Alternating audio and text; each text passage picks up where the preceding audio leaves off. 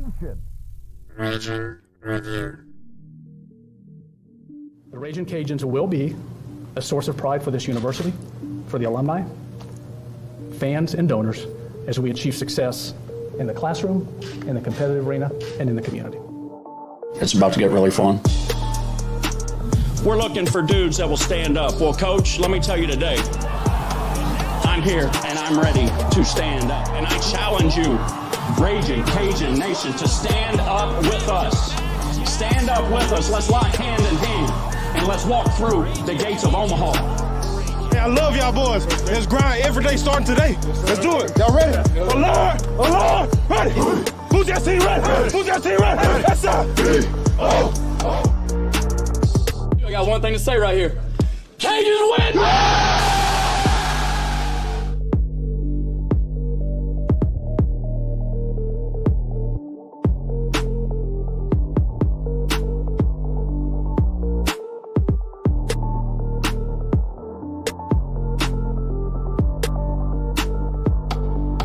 Ladies, gentlemen, children, babies,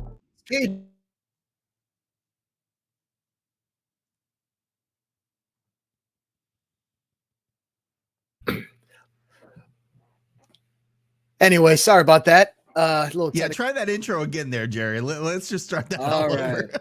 I got to do it all over. Ladies, gentlemen, children, babies, welcome to another edition of the Ragin' Review podcast. Got a lot to talk about tonight. Baseball, softball, baseball coming into crunch time of the regular season. Last 2 weeks, last two final weekends. Cajuns finished off the midweek home stretch last night. Midweek part of the season is officially finished. And then, of course, softball now into the postseason play in the Sun Belt Conference Tournament. They will take on the JMU Dukes tomorrow in San Marcos at 10 a.m. Both teams looking to make a run. So that should be a lot of fun. We have that and lots more tonight. I'm Gerry here with Nick. And yeah, Nick, it's Wednesday night. I feel like these weeks have gone by really fast with Diamond Sports. I don't know what it is, but every time there's a game on a Tuesday or we talk about the weekend or recap the weekend, it seems like these weeks have flown by to where it seemed like just yesterday we were counting down the days to Diamond Sports, and now we're right in the brink of the postseason. So I don't know what it is. It's like they say, man, time goes by really fast when you're having fun. And I think we've had a lot of fun with both baseball and softball this year, and hoping to have more fun now that crunch time is hit. Yeah, Jerry, I'm about 10 years older than you. And let me tell you something, brother, it doesn't get any slower. Oh, great. Great. I'm glad to hear that. Oh man, things just fly by the older you get. It's been a fast season, I think, in part because we were on that streak where we were so good. And when things are good, they kind of you kind of get lost in the moment, right? You try to enjoy it while it lasts, but man, 16-game win streak, like you're enjoying life, you're high on life, and you're just waiting for the next game to get through it. And then you hit a buzzsaw in a couple of teams and things slow down a little bit. But yeah, it feels like we blinked and the season is over. And hell, I mean, I saw our buddy Phil Steele tweet out that his publication's coming out in less than 30 days. And I'm like, holy crap, we got to start thinking about football now. So things are going fast, man. But this is a fun time of year. This is the time of year that stresses me the hell out. It's fun, but it stresses me out. And it's not going to get any better from here on out. We got a lot of games left in conference, but also if we make a regional, again, every game is potentially one game closer to the end. So from here on out, it just becomes a little more stressful, I guess, is what I'm trying to say. Yeah, and that's what makes it fun, because when you have teams that compete, that means you're in that conversation. I mean, there's hundreds of other teams right now in both college baseball and college softball, which are pretty much, I mean, it's almost to the point where their season's done. Some of which haven't even, in softball, there's some teams whose seasons are done now because they didn't qualify for their conference tournament, and they just, or they just got eliminated maybe as of today. So it's good to have Diamond Sports that compete on a national stage, because at least we get to have a little bit more fun than many other schools get to enjoy. Especially there's some schools out there that they don't really put an emphasis on Diamond Sports. They live and die by football season, maybe basketball season. For us, even at Rage and Review, we've been at this since August of last year. And at least we have something that keeps us interested as the season goes on, or as the athletic season goes on, to where we can follow everything, and every single team has us at the edge of our seats some kind of way. Yeah. And I know we're not these last few weeks where we wanted to be. I mean, we obviously wanted to win the series at Coastal. We obviously wanted to win the series at Troy, but we've put ourselves in a position to drop a couple of series like that and still be in the conversation to get an at-large bid. And I know I'm going to trigger some fans 60 miles down the road because, God forbid, I mentioned them, but it's true. You're a defending national champion, and you're struggling to even make the tournament at this point. And we feel pretty comfortable. I don't feel comfortable, but I'm feeling more comfortable as the weeks go on. But again, a lot of baseball to play these next 2 weeks. I think these next 2 weeks are crucial that you get series wins. And if you drop a game each weekend, you still got to hope that Troy trips up on the way to the tournament. So there's a lot in play right now, but we could be in a lot worse position than we are. We truly hold our own destiny, and we control our own destiny through the end of the season. So that's always a good position to be in. However, you still got to execute. Very true. Very true. And so, of course, Louisiana baseball will go to Statesboro, Georgia, to take on Georgia Southern this weekend. We'll talk about that upcoming series, as well as reviewing the weekend series at Troy. Cajuns dropped 2 out of 3, but were able to salvage a really close game on Sunday. Shouldn't have been a close game, but it was. And of course, last night they closed out the midweek part of the schedule by defeating Jackson State 5-0 at the Teague. So that was nice to see. But before we get into all of that, let's hear from our sponsors. Hey everybody, thanks again for joining Rage and Review for another weekly episode. We'd just like to encourage you to patronize our great sponsors like Dr. Brett Venable and Recovery Chiro Med. Have you been in a car accident or hurt yourself lifting on the job? Are you having neck pain or back pain, but really don't want to deal with a long, drawn-out process? Then call the chiropractor Raging Cajun athletes use for their neck and back pain, Dr. Brett Venable. The bottom line is, you just need to feel better. You need to get better quickly. That's where Dr. Brett Venable comes in to make all the difference. Dr. Venable and his integrated team of rehab, chiropractic, and medical doctors have 3 locations in Acadiana to serve you: Opelousas, New Iberia, and of course, main office in Lafayette. Dr. Brett Venable is one of very few chiropractors recognized by the state of Louisiana as a chiropractic specialist. He is also the only chiropractor in the Cajuns Healthcare Alliance and the only chiropractor on the board at Tulane School of Professional Advancement. Before you start to stress about the process, remember, this is exactly why you pay for car insurance. These situations are exactly why you carry workman's comp.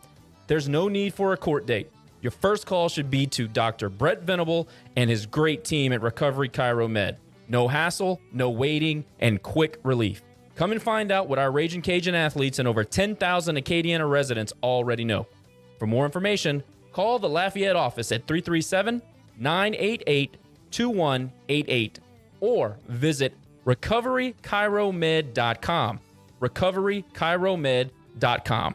We'd like to thank Dr. Brett Venable for being an RCAF member and the exclusive chiropractic sponsor of the Raging Review podcast. Also, a huge thank you to Absolutely Embroidery and More. We know how much Cajun Nation loves their gear. At Raging Review, we get our gear from Miss Phyllis Thibodeau and the team at Absolutely Embroidery and More. Absolutely has a massive inventory of Raging Cajun apparel to choose from. If you can't find something you like, Absolutely can make something you'll like right there in the shop. And if your creation proves to be a popular item with customers, Absolutely will give you a little incentive for helping out with the cause. Bring in your vermilion and white shirts, hats, shorts, socks, dresses, jackets, sweaters, or whatever garment you need to represent the Cajuns. Absolutely also offers customized embroidery services to promote your business on hats, polos, uniforms, etc. Absolutely rounds out the collection with an assortment of exciting accessories for the Lady Cajuns in your life. Earrings, headbands, bracelets, clutches, and bags are just a few options to complete her spicy look. Pass by 3010 Collie Saloon Road in Lafayette and see the wonderful ladies at Absolutely Embroidery and More today. They'll treat you to quality Cajun clothing, complimentary gourmet cookies, and a friendly conversation. And if you're an out-of-town Raging Cajun, visit them on the web at absolutelyembroideryandmore.com or visit their social channels on Instagram or Facebook. There, you'll find pictures of what the ladies are putting on the shelves in real time. Once again, folks, please support local businesses and please support businesses that support the Ragin' Cajuns and especially the Ragin' Review podcast. And once again, thank you so much, Dr. Brett Venable, Recovery Chiromed, as well as Absolutely Embroidery and more. Of course, they're local. They support local.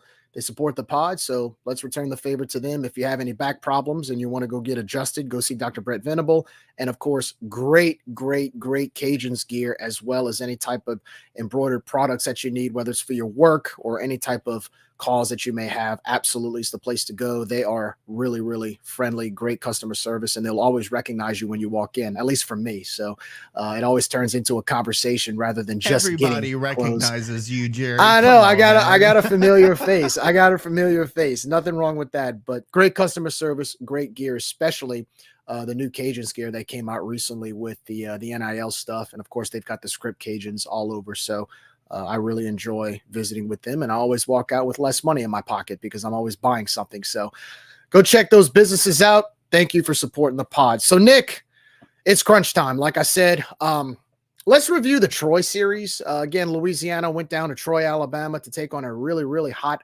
Troy Trojans team, dropping 2 out of 3. First game on Friday. Cajuns get run ruled for the first time this season by the score of 16-5. They followed that up with a close game until about the last few innings on Saturday, losing the game 8-4. And then on Sunday, they were up by 7 runs in the 8th, and Troy's bats in that ballpark, they just came back, and our bullpen kind of collapsed a little bit to tie it up in the bottom of the 9th with a grand slam. But the Cajuns stepped up thanks to Connor Higgs, Kyle DeBarge, as well as John Taylor. Huge clutch hits by all 3 to get the go-ahead winning runs, and the Cajuns were victorious on Sunday, salvaging the series by the score of 14-13. Nick, I don't know if people really understand, but that win on Sunday, as much gray hair came out of my head, and as much as I was just sitting there almost upset after the game that we gave up that lead, I think the important thing was you still came out with a win. It still helped with RPI, and you're still 2 games ahead in first place in the conference. What was your overall opinion of this past weekend at Troy? Inconsistency. And we've seen it throughout this season. And Josh and I talked about it last week, is our bullpen is inconsistent. We know LP's a dude. We know Etheridge has the stuff we need to win. We know that Herman is a dude. But the problem is it's inconsistency, and we saw that again this weekend. And a little bit of that could have to do with tape is now out. So we went on a big 16-game win streak halfway through the season. We're looking hot, and then tape gets out, and people start adjusting to that, both hitting and pitching-wise. But just disappointed in, you count on a guy like LP to come in and shut the door when you're in that situation. And we'll go back to the decision to bring LP in that situation, because I think we pulled Morgan too soon. But regardless, you still bring in LP that you feel like is going to slam the door. He gives up 3 runs that were on base. And you bring in Etheridge on Sunday, and you think, all right, we've got a six run lead. I mean, all he's got to do is just, not make a mistake pitch, and bases loaded, and then you give up the granny, and then you're throwing beach balls for the rest of the inning. So yeah, I mean, I don't like to say that it was a must win, because we still have 2 series to go and there's a lot that can happen. But as far as the mental aspect of baseball at this point, if you get swept by Troy, and you get swept in the manner that you blow that lead on Sunday, then I think it's a whole different world. It's a whole different universe going into this week at Georgia Southern, because now you're starting to feel the pressure. You win that game, you still got your 2-game lead, and you're still in control of your destiny. Now you're tied, and Troy has the tiebreaker advantage. So Sunday was absolutely huge. I was pissed off. I'm still mad about it now that I go back and think about it. But again, the story of the weekend to me was inconsistency. And again, I'm going to pat myself and Josh on the back because we said it. We said our hitters can hit mid to bad pitching, but against good starting pitching, we really struggle. And you saw that again this weekend against their Friday and Saturday night starter. We struggled. You get to Sunday and you're in good shape. And we'll talk about it as the season progresses, because when you get into a tournament situation, now granted, if we get the first or second place in the league and we're playing a team that's already played, we're going to be facing their number 2 pitcher. But I'm still worried because we still struggle against number 2 pitching, depending on who the team is. So lots to be said about this weekend. Very gritty win. They could have easily given up. They did not. They pulled it out. And again, I don't want to say it was a must win, but for the mental side of things, I think if they lose, they drop that game, then we're in big, big trouble for the rest of the season. Yeah. And, I think, look, to be able to hold the dam, if you will, and not let the floodwaters crack open the dam like that almost happened on Sunday, I think that kind of changes the trajectory, because the win, again, solidified your first place standing. And now, even though we almost gave the game away, you have a 2-game lead. And honestly, and I've said this to a few people since Sunday, maybe I'm crazy for saying this because I know we're playing a hot Georgia Southern team, but I don't think Georgia Southern is Troy, Coastal Carolina, or Southern Miss. I still think they're a good team, and we'll talk about that. Like, you don't want to go to Statesboro half-cocked thinking you're going to win this series going away. But at the same time, I was petrified of this Troy series. I told people, I think I mentioned it on here, I was more scared of the Troy series than I was Southern Miss, not only because it was on the road, but because Troy is just one of those teams. They hit the ball well. They've got decent pitching. They play decent defense. And I was petrified that we were going to get swept. The last time we went to Troy in 2022, we got swept, and they've gotten the better part of us over the last couple of years. So I was worried. And the first 2 days I was questioning how we're going to fight back on Sunday, because like you and Josh said, against subpar pitching, we mash, we hit pretty well. And it showed on Sunday. I mean, we hit the ball very well, enough to score 14 runs. But I don't think – I hope people understand how important that win was on Sunday, because, again, that one win, to me, in my opinion, I think Troy has to go 6 for 6 in the next 2 weeks conference-wise if they want to win the conference. That one win made it a lot more difficult and a lot more of an uphill climb for them than it did for us. Now, granted, we have to show up and play baseball. You can't go to Statesboro and get swept, because if you do that, guess what? Now it's a brand new ball game. I mean, we still have to go take care of business, but at least it gave us a little cushion after this weekend. And look, last night was huge too. I mean, I know we were complaining that we weren't hitting the ball as well, but we still won the game, and that's a little more momentum that carries into Statesboro this weekend. So, yeah, and shout out to my boy Andy Groh. I mean, one of the GOATs, right? Oh, legend. I mean, legend. This is what I'm talking about. You get a guy like Andy Groh pitching against us, we getting shut out, my dude. You know, with that nasty breaker he had and the movement on pitches, and that's what we struggle against. We struggle against that trash throwing lefty, or righty, whatever it is. If they're throwing breaking balls, and we saw it against Jackson State, you have a slow throwing pitcher or a guy who pitches. You know, he's got some heaters, but he also has movement on his pitches. We really struggle against that. Yeah. So again, I'm not disagreeing. Yes, 100%. The trajectory of the rest of their season really on Sunday, in that collapse of an inning and then comeback, could determine our winning the conference championship and getting an automatic bid to a regional. I mean, that's how close this race is at this point. And you felt like you were running away with it, and you stumbled along the way. But I wouldn't say I was terrified of Troy going in, but I knew they were a really, really good team, and I knew we had to be more consistent at the plate and on the mound, and we just did not do that for a lot of this series. And that's the only thing that concerns me for the rest. Like you said, Georgia Southern may not be a caliber of team, very heavy quotations, that Troy is, but Georgia Southern has beat some damn good teams, and guess what? They just had 2 consecutive sweeps. Now, again, it's like they swept Marshall and ULM, which is what we did.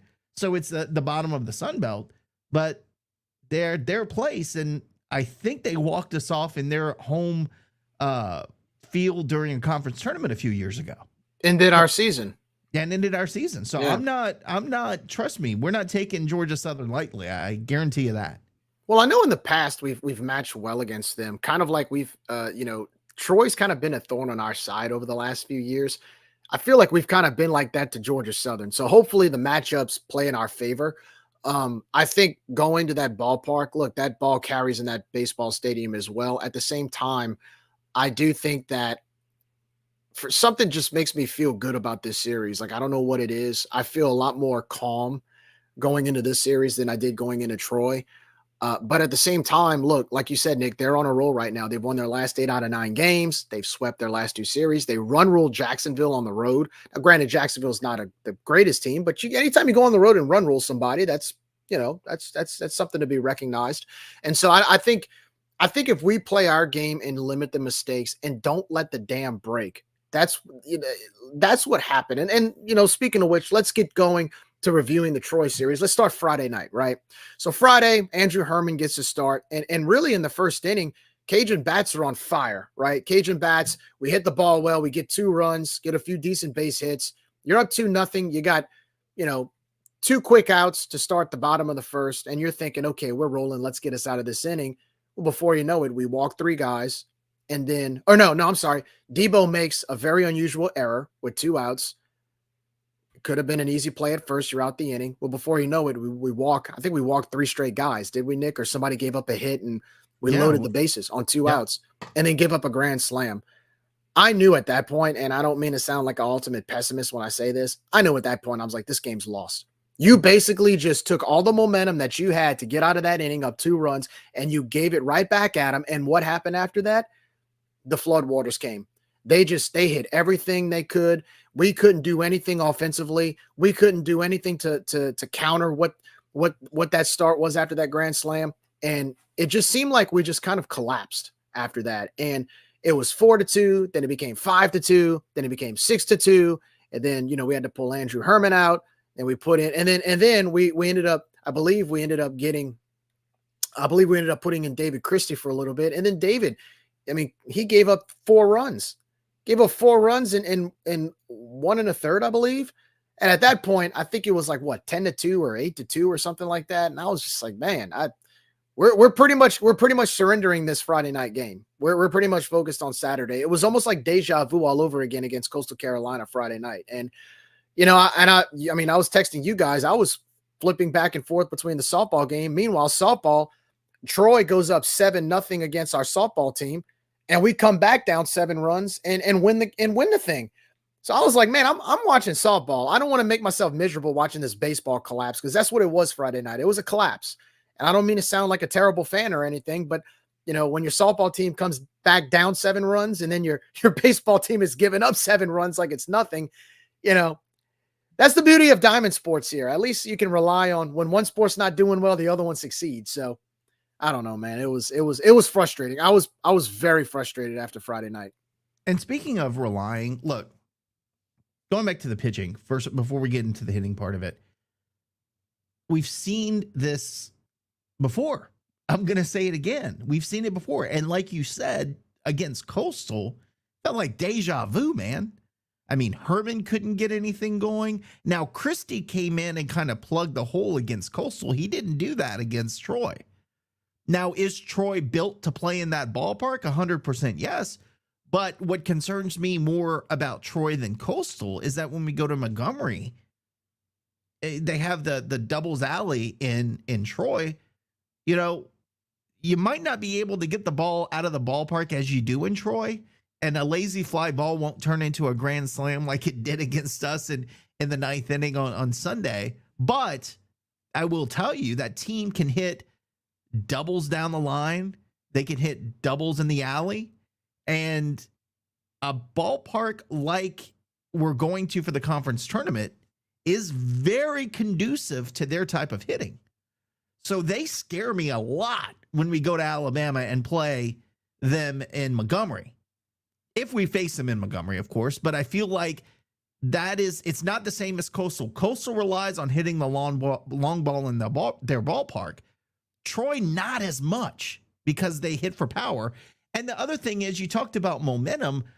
Troy feeds off of momentum more than any team I think I've seen in a good while. When they get that momentum going on their side, they're almost unstoppable. But the one thing that they did that I'm like you in the first inning, when we go up 2 and then Debo makes that error, I'm like, we're in trouble. Before we even loaded the bases after that point, I felt like we were in trouble because that felt like an omen. But it's true though, Nick. But at the same time, yeah, he made the error, but you got a guy on first with 2 outs. You just got 2 easy outs. You got to find a way to get out of that inning. Even if it's, giving up maybe another base hit, you got to get out that inning. And that was disappointing. Jerry, but it is, but we've seen this movie before. Like, it's not, I'm not putting it all on Debo because you get out, you had 2 outs of the inning, like you said, and a run on first. Get out the damn inning. And so Herman's got to be more consistent. And I'm not saying consistent from a point of when at Coastal, I feel like it was more of an issue where he was getting frustrated with the umpire, which we all were. He wasn't getting calls. And that was frustrating in him, but it got in his head. And I felt like in the first inning when we had that error, the doubt started sitting in Herman's head again. That was actually a 90s TV show, Herman's Head. But regardless, I can't believe I remember that. Your fun fact of the day, ladies and gentlemen. Yeah, Herman's Head. It was really good. It was about these people the personalities living in this guy's head. Okay, 90s reference. But regardless, you see when he gets under pressure or when something happens that is out of character for the team or himself, he gets frustrated and he starts to panic and things start to go south. And we've seen that a couple times this season. Herman's got the tools. Herman can pitch, right? Herman's got it. He has just got to get it out of his mind and not let these things rattle him. Now, what I did not like seeing this weekend, and I guess I'm getting ahead of myself, is you can't walk people. You can't free bases. Like, that can't be a thing against Troy. It can't be a thing against Coastal. It can't be a thing against the top half of this conference. And it certainly can't be a thing against a team like Georgia Southern coming up this weekend. Again, getting ahead of myself. But you got to cut out the free bases because in this critical moment of the season, I'm hoping that we've got our stuff together by this point to feel confident going into the last 2 weeks. And right now, especially after you see us getting run ruled, which I don't think has happened this season, not even remotely close, you start to have a little bit of doubt and say, did we peak? Have we peaked? Did we peak early in the season when we were on that 16-game win streak? And that's where I'm at right now. And that's why I need to see a little bit out of this team this weekend. Because trust me, the win against Jackson State this week did not give me any warm and fuzzies inside. So they've really got to show me something this weekend to let me know they didn't peak when they were on that 16-game win streak. They got a lot of work to do and only 2 weeks left to do it. Yeah, I think also to add on to what you just said is you talk about the freebies.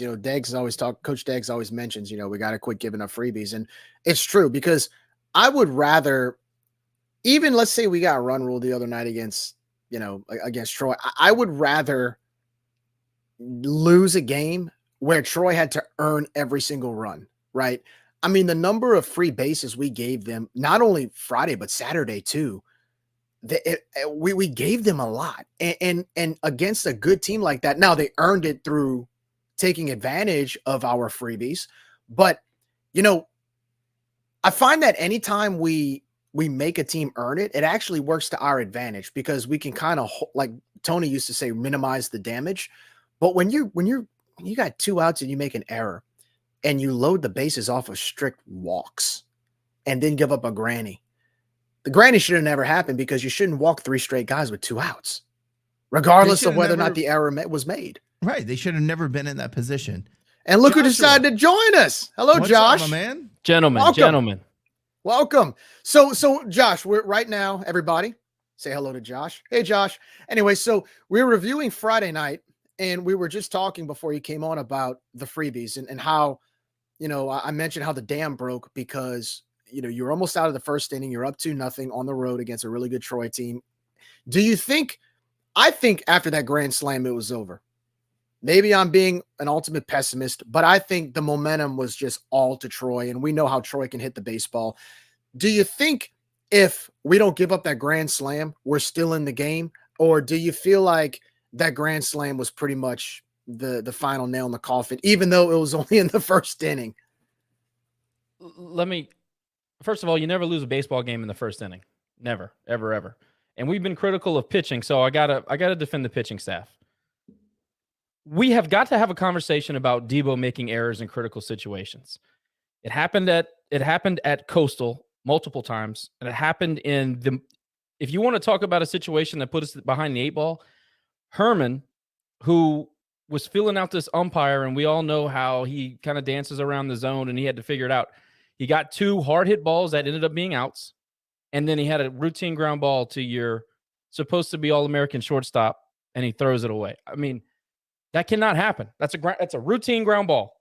And heavy is the crown. Okay. If we're going to heap all this praise on Debo and certainly offensively, it is very much deserved. I mean, he is the heartbeat of this baseball team, but we got to be able to say the truth. And the truth is that you just cannot make that. You just cannot make that play right there. You got to get your pitcher in the dugout, especially coming off of the last time he went out on the road against a offense in a small park. And what he went through. You got to help your pitcher. And look, the team plays behind Debo. Similarly to how they play behind LP. When LP's on the mound, they have a different swag. When Debo is playing his flashy defense and his usually reliable defense, they're very, very good. They're one of the best up the middle in the entire country. We talked about that we started the season talking about that. But there's been too many moments in this season. 13 errors now. 13 errors from your shortstop. I mean, I think his fielding percentage is like 970. That's not good enough. It just isn't. I hate to be the one to have to say it, but that is a crucial moment. You got to get him in the dugout right there. And look, if you want to say that Herman's got to get those next 2 guys, I hear Robe saying minimize the damage. I get it. And he shouldn't have walked those guys. At the same time, 2 of the hottest hitters in the country. He dances around the plate. That's his style. It was a critical error in a critical moment. The grand slam took all the momentum that we had going into that inning. But, guys, we've seen that before. We've seen us get on top of teams and then give up a bad inning with freebies, errors. Once as an accident, twice as a trend, 3 times as a pattern. We again, it's May. We are who we are. We are who we are. And unfortunately, Debo made a bad play in a very, very bad time. So that's my take on that. I think the entire game was still in our grasp. I mean, it was 4-2 at the end of the inning. The end of the game wasn't necessarily in the first inning, but it certainly put us behind the 8 ball. Yeah, and I know what you're saying with Debo. And look, you're right. He can't make those type of mistakes. At the same time, now you've given momentum to a team that it's almost like Coastal. They know how to hit in that ballpark, and it showed. I was hoping that we would have responded in the second inning, in the top of the second, top of the third. Couldn't get any runs, couldn't score. We didn't score until I think the 4th inning. And that was what scared me, because at that point, Troy's pitching and Troy's defense, they were able to hold us down. And then once again, like you said, Herm's trying to find that strike zone, trying to find the strike in the corner, can't do it.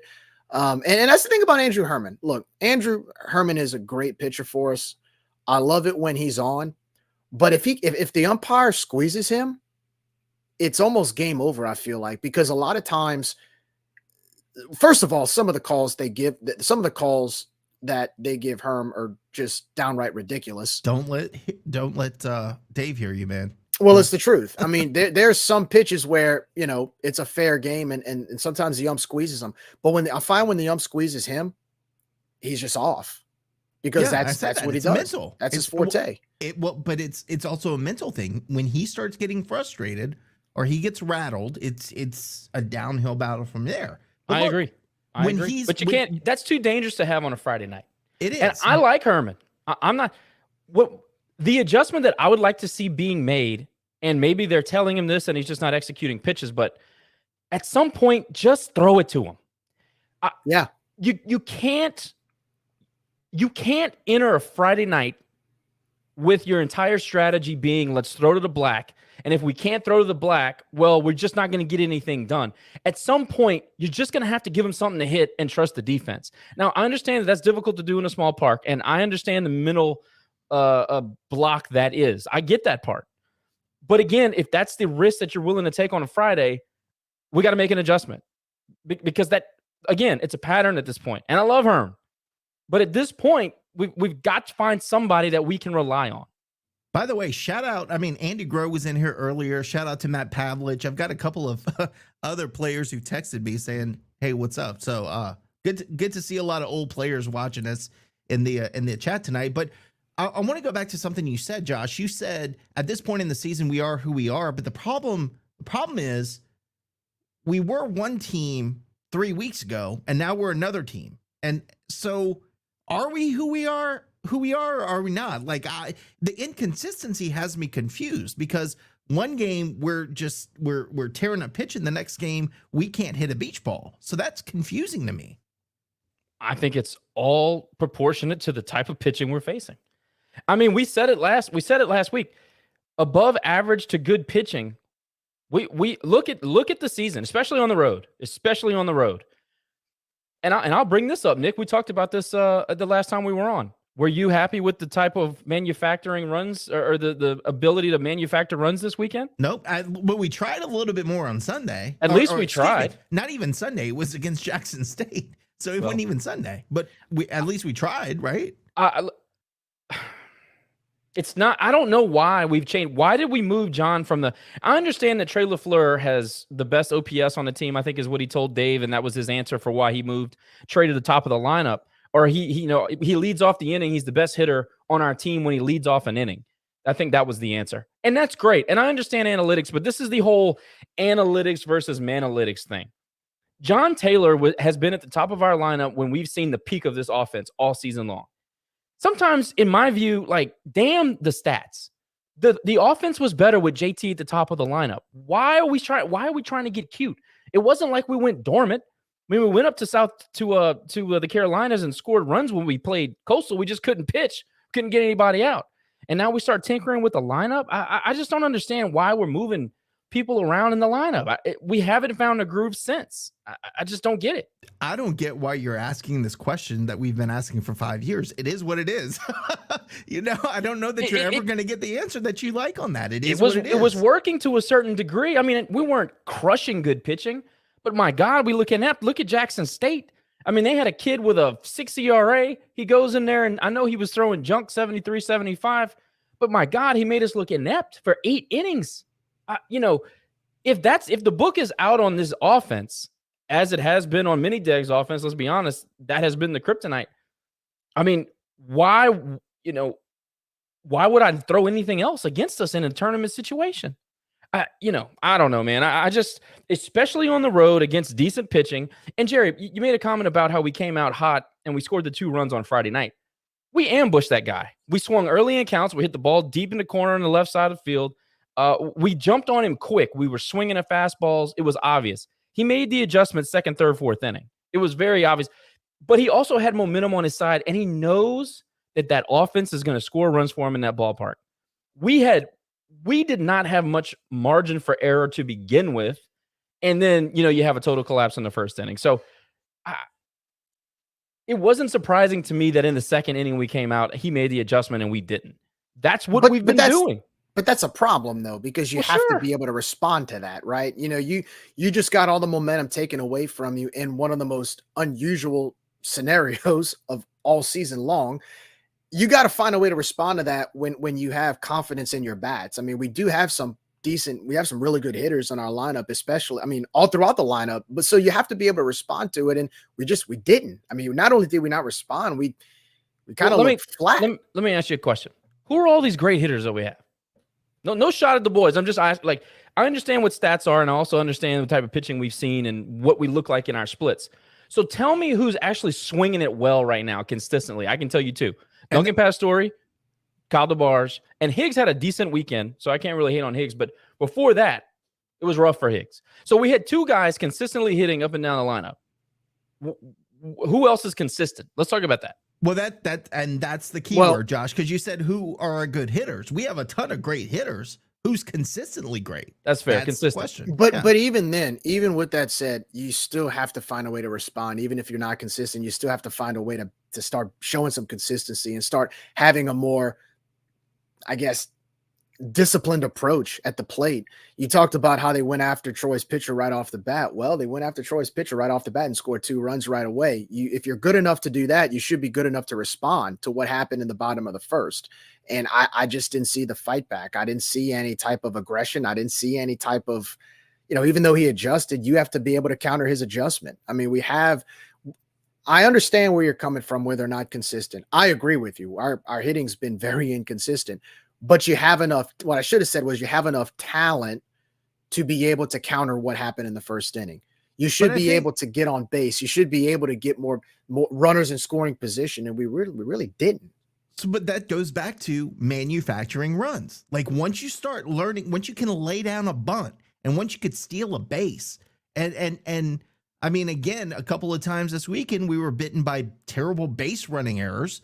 I mean, there was a situation where we could have had second and third with nobody out, and I think it was Pastore who got picked off at third for a terrible base running decision. Like that has crept up on us again. So, you're not going to hit the ball out the ballpark. You're not going to mash it every single night. But one of two things have to happen if that's the case. You either have to have pitching that holds the other offense to allow us to make a comeback, or you've got to be able to manufacture runs. Friday night, we did neither of those things. Let me give you a prime example. So I'm looking at the stats right here. I'm looking at the play-by-play for each inning. Okay, so in the first inning, I mean, Juhas doubles to left field. LaFleur grounds out to second, but Juhas advances, and we get the 2. Debo doubles down the line. Juhas scores. Amadi flies out. Debo scores on a sacrifice. Okay, so we have a bunch of movement in the first inning, right? Let me tell you about the second inning. So Troy scores their 4 runs. We come in, JT walks, Stelly flies out to right field, Higgs flies out to left center, Torres walks. So you got man on first and second with no outs, or with 2 outs. Juhas comes in, strikes out swinging. So you have 2 guys on base, you strike out swinging. Top of the third, you get the lightning delay. You got a strikeout, a ground out, and a fly out. Top of the fourth, you have, let's see, you get 1 run. Yeah, you get 1 run with an RBI, but then you fly out, you fly out, you fouled out, and you struck out looking. So that pattern of inconsistency and that pattern of not fighting back is what I was kind of talking about. Even when you had opportunities you get an RBI or you get some runs, you have momentum going, you strike out and you fly out. You don't really do anything to respond or build on that. That's the difference in Friday night that I found of why Troy was able to dominate us the way that they did. Every time we had opportunities, we failed. We couldn't get it done. We couldn't capitalize. Every time Troy got opportunities, they had 5-run innings. That was the difference to me. Well, Troy capitalized on their opportunities. We love to beat ourselves. We love giving people things. And here's the other thing. If you want to look at, I tried to do this, but it took me way too long, so I kind of gave up on it. But I tried to find how many runs we scored without people walking, giving a freebie of some sort, or some sort of help. Like, for example, in the Jackson State game, we scored 3 unearned runs in the 8th inning, largely because of a dropped routine pop fly. 3 runs. Yeah. Other than that, we had 2. We had, it was 2-0 going into the 8th. Against Jackson State. And look, I understand they're a pretty decent team, but they're a SWAC team. They should never have the talent on the mound to make us look that putrid. We left the bases loaded 2 out of the last 3 innings with strikeouts and pop-ups. That is, Deggs was pissed finally after a post game, and I was so happy about it because he's got to be frustrated like we are. I mean, we know what we're looking at. And Nick, you absolutely nailed it. You said it crept back up on us. A lot of the bad habits and bad mechanics and bad approaches and bad results that we saw early in the season that we're seeing now are return patterns. Because when we were playing in the Houston Classic, you saw a lot of this stuff. When we were playing a little bit better opponent, you saw a lot of this stuff, more freebies, didn't trust our stuff, didn't try to throw the ball over the plate when we needed to, didn't win the battle of the twos like Deggs likes to talk about. We're not doing that right now. It's like we're pressing. And you mentioned Uhas with the double in the first inning on Friday. Luke Uhas is an ambush hitter. He's either going to hop on you quick, and he's a great fastball hitter. No matter where you throw it, he can hit a fastball. He's either going to jump on you quick, or he's going to strike out. He's an all-or-nothing guy. And I'm fine with that because you need that in the lineup. You need the power. You need the threat. Totally understand that. But as far as using whole field, hitting the ball where they ain't, he's not the guy. So I don't understand why you put him in the two-hole. I never understand that. I never understand why they have him in the leadoff spot.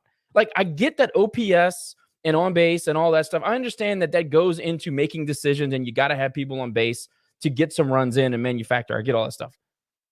I don't understand why he's anywhere near the top of the lineup. He's a 5, 6, 7 hole guy.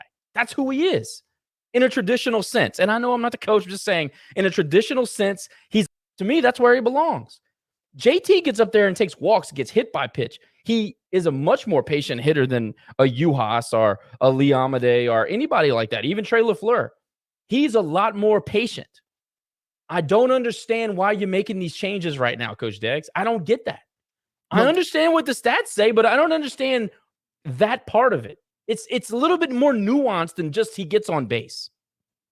And my buddy X, he plays basketball at Colorado. Maybe we can get him on our basketball team. Well, I don't know if I want to do that to him, but regardless, he made a good point about the patience at the plate that you were just talking about. We seem to like the 2 weekends that we lost series, you saw the other team, Coastal and Troy, have patience at the plate. If you weren't throwing that ball in the strike zone, they were not swinging. We don't have that patience. And again, this is a Deggs offense. You have come to expect we're going to be aggressive. But good God, like, can we not swing at pitches that are 10 feet out of the strike zone? You know, in the other batter's box? And that to me is the most frustrating thing. You've got a ton, and going back to great hitting, you were asking where the great hitters, they're there. But we seemed like we got into this crackerjack ballpark. And like I think you mentioned it in the group chat, Josh, like, when we get into these small ballparks, we try to hit every ball out the ballpark. It's a mental thing at that point. It ushers in terrible habits. And look, we've all played baseball, I'm sure. You know, you get into one of these situations where you're playing a good offense, you're playing in a small ballpark, you want to hit it to the fence every time. It is human nature, and I get it. And you got a lot of guys on the team that want to impact the game. I don't blame them one iota. But like guys like Josh Alexander, is he in the doghouse? Has he been injured? Like, he handles the bat well. You need a guy like that in the lineup. What's going on? You know, Stelly, who's typically a more patient hitter from the right side. He was okay this weekend. But by the way, I loved his defense this weekend. I wanted to say that before it gets lost in the sauce. Caleb Stelly, believe it or not, saved more than one run this weekend. I really was impressed with his defense this weekend. But anyway, at the plate, you know, he's gotten so many clutch hits. He got another one this weekend for us. I've been impressed with his at-bats overall, and he's been more patient, but I'd like to see him handle the bat a little bit. He looks like the type of guy that can handle the bat. Lay down the sacrifice, put the ball on the ground with the bunt. It's like they don't ask him to do that, and I don't understand why. We started swinging for the fences. We got into these bad habits. We got way too aggressive on Saturday. I don't know what the hell that was about. But, Nick, to your point about being aggressive and being patient, when you have a guy, and this is a scouting report thing. I mean, this is simple. You have a guy like Herman who throws the ball out of the strike zone. He has natural run everything he throws. You know that you're going to get 2-3 balls a count or per at bat if you let the count run. I mean, that's what we were taught. If you have a guy that constantly trying to pitch to the black or trying to throw it out of the strike zone, just wait. Eventually, he'll either walk you or he'll make a mistake because he ain't going to blow you away with his power. So you have that. But the guy from Troy, even though we were able to ambush him early, he pounded the strike zone. If you guys noticed when we played Coastal, USM was the same. Marshall was actually really good at this. All of their starters pounded the strike zone. There was no nibbling. There was no, let's try to get these guys out. Let's try to get themselves. Those guys just pounded the strike zone, and Troy did it on Friday and Saturday. Sunday, they just didn't have the back-end talent. We talked about this. I think that's kind of a little bit of a pattern in the Sun Belt. When you get to Sunday, if you can get the starter out of the game, you're going to get the back end of a bullpen that's not very good. And our offense very much thrives on that.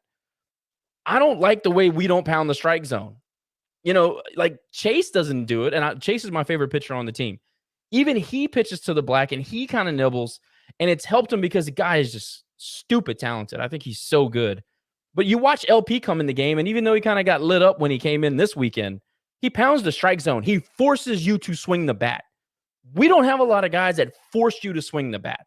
And I think that's the difference in the pitching that we see versus what we show to other teams.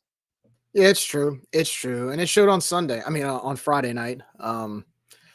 Once the umpire squeezed our strike zone, we had no choice but to throw strikes. And unfortunately, by then, I think Troy had so much momentum that it was just one of those nights where they were just able to make contact. And it happens. That is going to happen. We've done it to teams, right, in the past. It's going to happen. It's just one of those things where even when you try to pitch to the strike zone, as you said, Josh, the team is just like hitting's contagious. And it was almost it was a big time contagion on the Troy dugout, and they took advantage of it. But I'm done talking about Friday night because it was very depressing. Of course, Louisiana getting run ruled 16-5, just not a good night. On Saturday, they came back for a matinee, and it looks like, really, look, Chase Morgan, he did enough to try to help us win.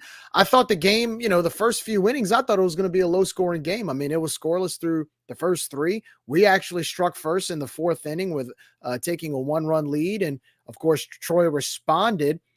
I'm going to be honest with you guys, and I want to hear your opinions on this. I was very, very disappointed that we didn't let Chase finish out that bottom inning, not because Troy ended up scoring 3 runs, but to me, I felt like, look, Chase has gotten us this far. Let him finish what he started. Even if he would have given up a grand slam, let the kid finish what he started. He was on a roll. We've seen he knows how to respond. Even as a freshman in current situations, he knows how to handle adversity. And I thought that was a perfect moment for him.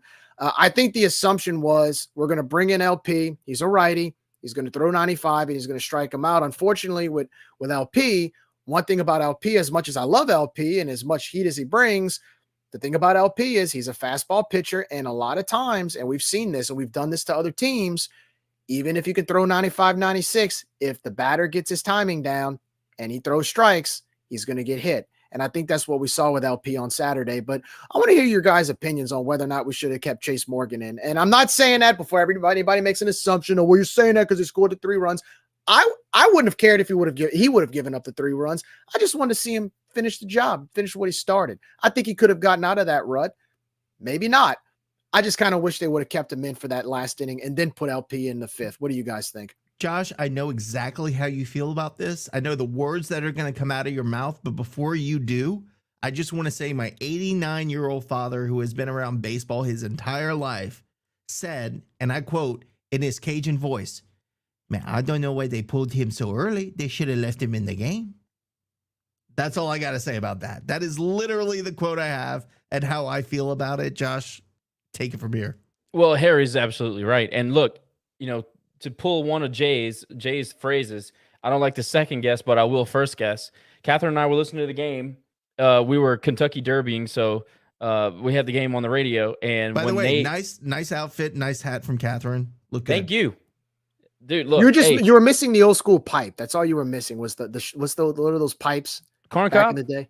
Yeah, man, you were just missing one of those. That would have fit the whole shebang. Shout out to Brian Hernandez Jr., apparently a 4th cousin of Catherine's and the jockey of Mystic Dan, who made your boy a couple of greenbacks. So pretty psyched about that. So she's also probably cousins with our dog sitter because his younger sister. I know it's random, but his younger sister. We're going to dog sitter. Okay, yeah, Josh. She was a jockey. Baseball. She was a jockey too, though. She was a jockey too. It runs in the family. No, congratulations to Brian. It's always good to bring that type of lure to our local area when you have something like that happen. A jockey from Lafayette winning the Kentucky Derby. But anyway, Lafayette's very own. I deserve that, Nick, because I shouldn't have veered off to the left. But anyway, when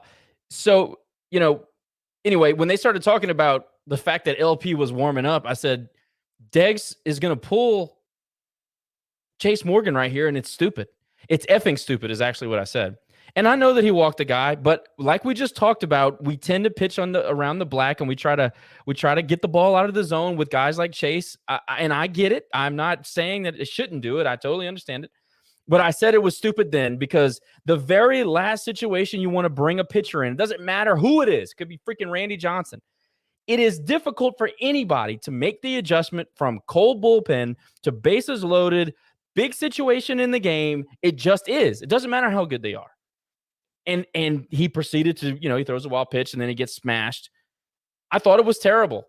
And the other message that I think it sends to Simo is that, hey, you know what? I know it's a big situation and we really like you as a pitcher, but maybe not all that much. And to me, that is the message you're sending to the young guy. And I just don't like that. I don't like it. I question whether that was Gunner's decision or Deggs. If I had to guess, I would say it was Deggs. I don't think Gunner would have pulled him in that situation. Where were we at? 80 pitches, 75 pitches, somewhere in there. And I understand that he walked the guy, and I get it. I understand the whole lot of it. I was very in tune to the situation when it was going on. I would not have pulled him there. And I said it before LP walked in the game. I agree with Jerry. I would rather Simo be in there, give up the shot, or have him throw the pitch that was the wild pitch, and learn from it. Yes. 2 or 3 weeks away from the Sun Belt tournament and going into regional. I would rather that happen, because I know what I got in LP. I know what he can do. I know that he's the stopper.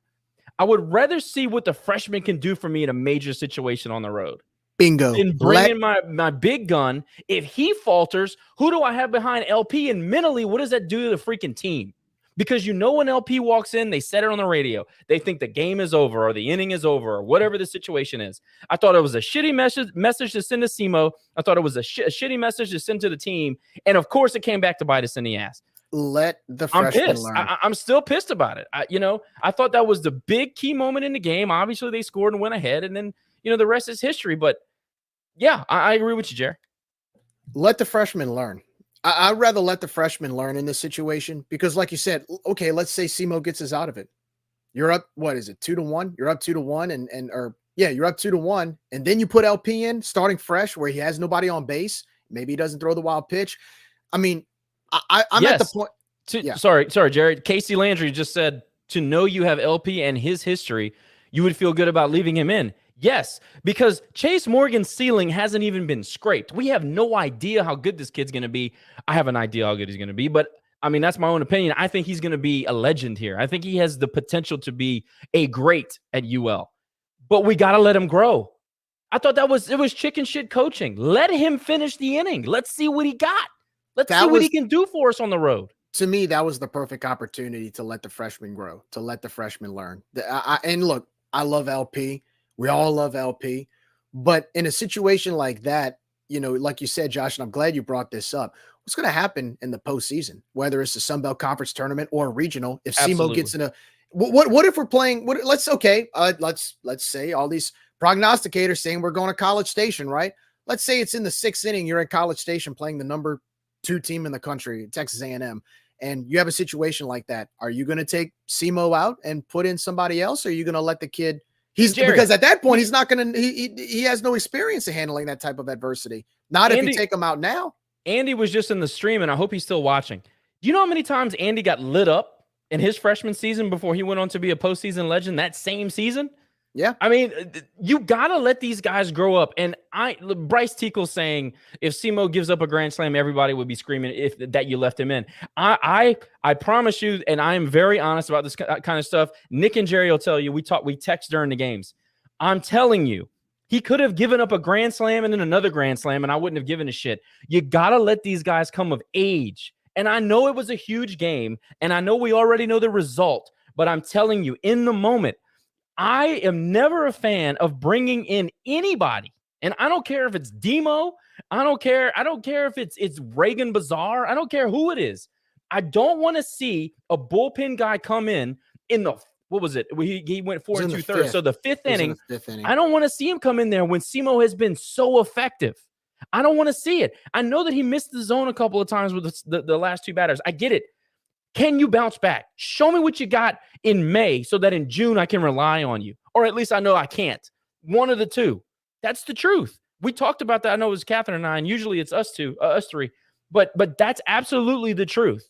And I promise you that Robe had a very similar approach to the game. Would he have picked Troy to do it? Maybe not. But I'm saying, you know what he picked? You know what he picked for Andy Grill? He picked LSU. At the old Alex box, and Andy did not have his best night. He got rocked. And look, a lot of the fans, it was like, it's against the Tigers. Why are you pitching Andy against the Tigers? And you know what, Tony? And I remember because this was in 2017, 2018, in one of Tony's Monday press conferences. You know, his legendary press conferences. He always had a quote. But at that Monday, he was like, "Look, he's like, I have to play my younger pitchers in some game, one game or another. And there's going to be situations where they're going to give up some runs. They're going to give up some hits. They're going to give up some things that where the fans aren't going to be happy." He said, "Look, I got slammed from the fan base for starting Andy Grove against LSU. And that, and that was when LSU had the gorilla ball under Berkman. And, he had a bad game, but then guess what? After learning that experience, that experience set him up for game 2 against South Carolina in a super regional against the national #1 seed. And look at what happened. I mean, I don't know what would have happened if Andy didn't get that experience at Alex Box. I don't know. I mean, but to me, that I kind of see a deja vu moment with Simo. I kind of wish they'd give Simo that opportunity as well, because again, you may need him in June and he may not have that experience. Not May. You will need him. And the thing about it is that they've treated him with kid gloves too much for my liking. I wish that they would let him stay in the fire a little bit longer in a couple of different games. And that's a debate in and of itself. The other thing about it is giving full context, they did say on the broadcast that Degg said ahead of the game, if we're ahead after 5, they're putting in LP. So in retrospect, it's 1 out ahead of where they wanted to bring LP in. I don't know what the thinking is behind that. Maybe they just had the antsy trigger finger because they're typically using them on Friday and they wanted to get him in on Saturday. I don't really know why on earth would you set a limit on a guy like Chase Morgan, who's really, really improving at a rapid pace, to go 5? First and foremost, I hate that in general. I don't understand why you would put a limit. If Simo is cruising at that point, I think he'd given up 2 runs. Why would you? It was 2-2. Yeah, it was 2-2 at that moment. He had given up 2 runs, and in the inning, I think he went hit, walk, walk. I think that's how it was, but we had 2 outs. I mean, what better way to let the guy grow a little bit, man? I don't know. I just disagree with it before it happened. I disagree with the comment about the 5 innings. Let the man go. Let him pitch. If he's effective, let him go. You don't have a weird week next week. We're not going into tournament play. Let him have his start. I don't know, Jerry. I don't know. Well, at that point, so of course LP came in, threw a wild pitch, gave up a key hit, and I believe he gave up 3 runs. But I want to say I think 2 of them were to. No, there was all 3 of them. I think were to Simo, if I'm not mistaken, without looking. But later in the game, look, I thought the Cajuns bats came back and at least put us back in the game.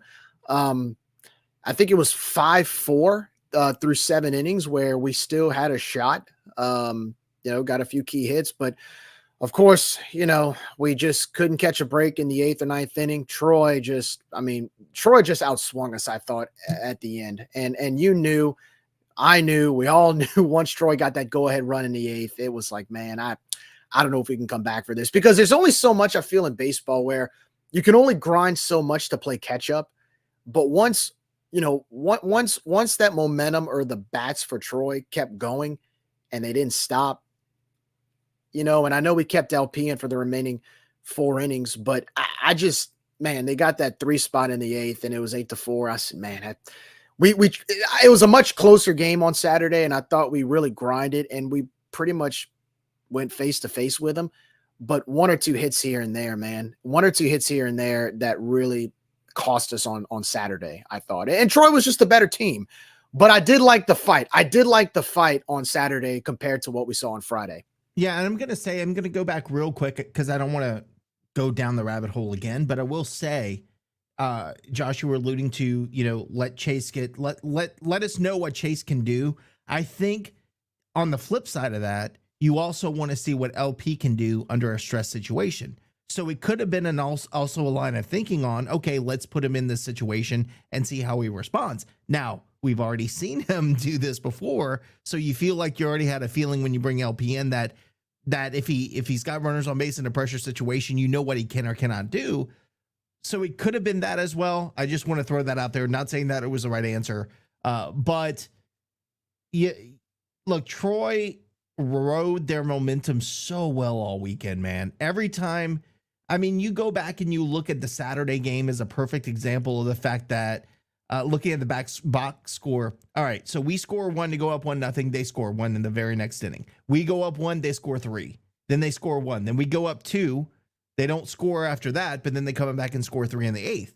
So it seems like every time we scored, they had an answer. If it wasn't the next half inning, it was the next inning after. So when you're that's what you want to do in those situations. And I thought we did a pretty good job of that on Sunday. Thank goodness, the way things turned out. But I can't wait to talk about that. Oh, I know you can't. But Troy did a very good job on Friday and Saturday answering every time that we scored. That's the sign of a really solid baseball team. The one thing I'll say about Troy, and looking at I know I'm getting ahead of myself, but looking at the series as a whole, is that Troy is what I thought we should be at this point of the season. I thought we should be at this point of the season where we have consistent, good hitting, guys that can hit it, in the gap and score 2 when you really need to score, and pitching behind them that can control the inning. I'm not saying shut the other team down, but can be consistent, throw for strikes and get ground balls and fly ball outs. I feel like Troy is what we want it to be. So I feel like Troy's a little bit ahead of us at this point in the season, especially in the fact that you look at the series as a whole and they kicked our butts. So, going into Sunday after Saturday, I still knew that we would score runs because, again, we hit mid to bad pitching really, really well. My concern was, how will our pitching respond? And we saw that on Sunday. I think when you juxtapose Friday and Saturday in particular, Friday we beat ourselves early and then they just piled on. Going back to your momentum comment. Saturday, I felt like we kept ourselves in it, but just really small situations that beat us. Like JT is about the most solid second baseman we've had. Since Jace, maybe better than Jace. His fielding percentage is better than Jace. I know that. He has made 0 fielding errors. He made 1 throwing error like 2 weeks ago, and it was his first error of the season. First fielding error, and it just so happened to be in an inning where Troy scored runs. Those are the little things that we've got to clean up if we want to compete at a high level in the postseason, and that's what we're concerned about. And that is the context with which we're using when we're making these comments. So please don't jump on us too much. Do I think we're bad? Of course not. Do I think that we have a lot to clean up before we get into tournament play? Absolutely.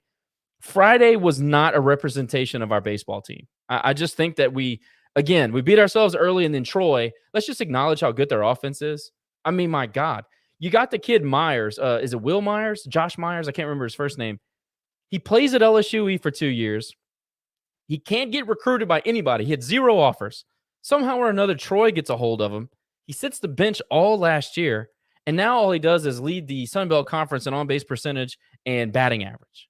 I mean, that's crazy. That's out of our own backyard, by the way. So you got that going on in the 2-hole, and we couldn't get him out all series long. Couldn't get him out, and we kept pitching to him.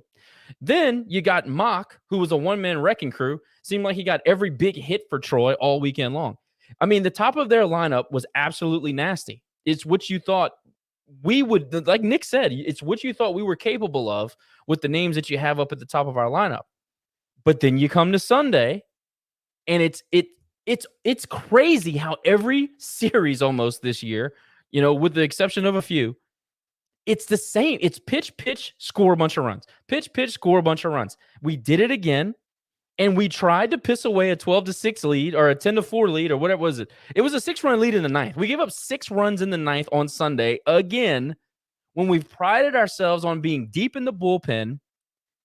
I don't know what the hell is going on with Stephen Cash. I don't know what's going on with these other guys that we've come to rely on, especially in midweeks who've given you good starts and 3 to 6 outs and All these things that we've looked great at times, and just total collapse against Coastal, against Troy. Southern Miss, we didn't look great in the back of the bullpen. That's 3 weekends in a row, 3 Sun Belt series in a row where you walk away thinking, man, we have major problems in the bullpen. So I know we probably get a little bit more detailed on Sunday, but man, I walk away from that going, I'm glad we won. It was important to maintain a 2-game lead against Troy or over Troy in the last 2 Sun Belt Conference series. But man, we got major problems in the bullpen. When it matters on a Sunday, we got major problems. And I don't think there's anything wrong with saying that. But lots of people were saying, oh my God, what a crucial win. And wow, what a gutty win. And it was a gutty win, but we should have been in that position to be a gutty win. It should have been total domination because it was that way until the 9th inning. Yeah. So yeah, let's talk about that. Like you said, like both of you guys said, we hit subpar pitching, and we did that on Sunday, which I was glad because after Friday of getting run ruled and after Saturday where you kind of showed a lot of grit, but just couldn't pull it off in the last few innings. The question going into Sunday was, is this deja vu from 2022? Or are we going to go in Sunday and just get swept? And I was worried about that. And of course, Troy being 1 game behind us in the conference standings, Troy having all the momentum being at home, you knew they were smelling blood in the water on Sunday. I was very pleased to see that, on Sunday, we actually trailed early in the game. I believe we were down two runs. And then in 3 straight innings, we responded with 5 runs. And we were getting a lot of not only just base hits, but we were hitting a lot of balls in the gap. We hit a few home runs. I mean, we were really, really hitting the ball hard on Sunday, which kind of made me wonder, like, man, I wish we would have done the same on Friday and Saturday, right? I mean, we were getting some base hits here and there, but we weren't hitting the ball as hard. We weren't hitting it to the wall. We weren't hitting it, to the warning track like we did on Sunday. I mean, most of our hits on Sunday were hard hits. And so that was good to see. And it goes to show you, like, yes, we hit subpar pitching, but at the same time, the guys, they want to get this win. They know how important this is to get this win and salvage this series on Sunday. To your point, Josh, about pitching, I knew Troy was going to score runs. That was one of those games where I knew if the bats wanted to come alive, they were going to have to come alive. And it did. We were up 11-4, I believe, in the 8th inning. It was 11-4. And then it was 12-6 going into the bottom of the 9th. At that point, you get 3 easy outs and you close the game out and you go home with some momentum with a win.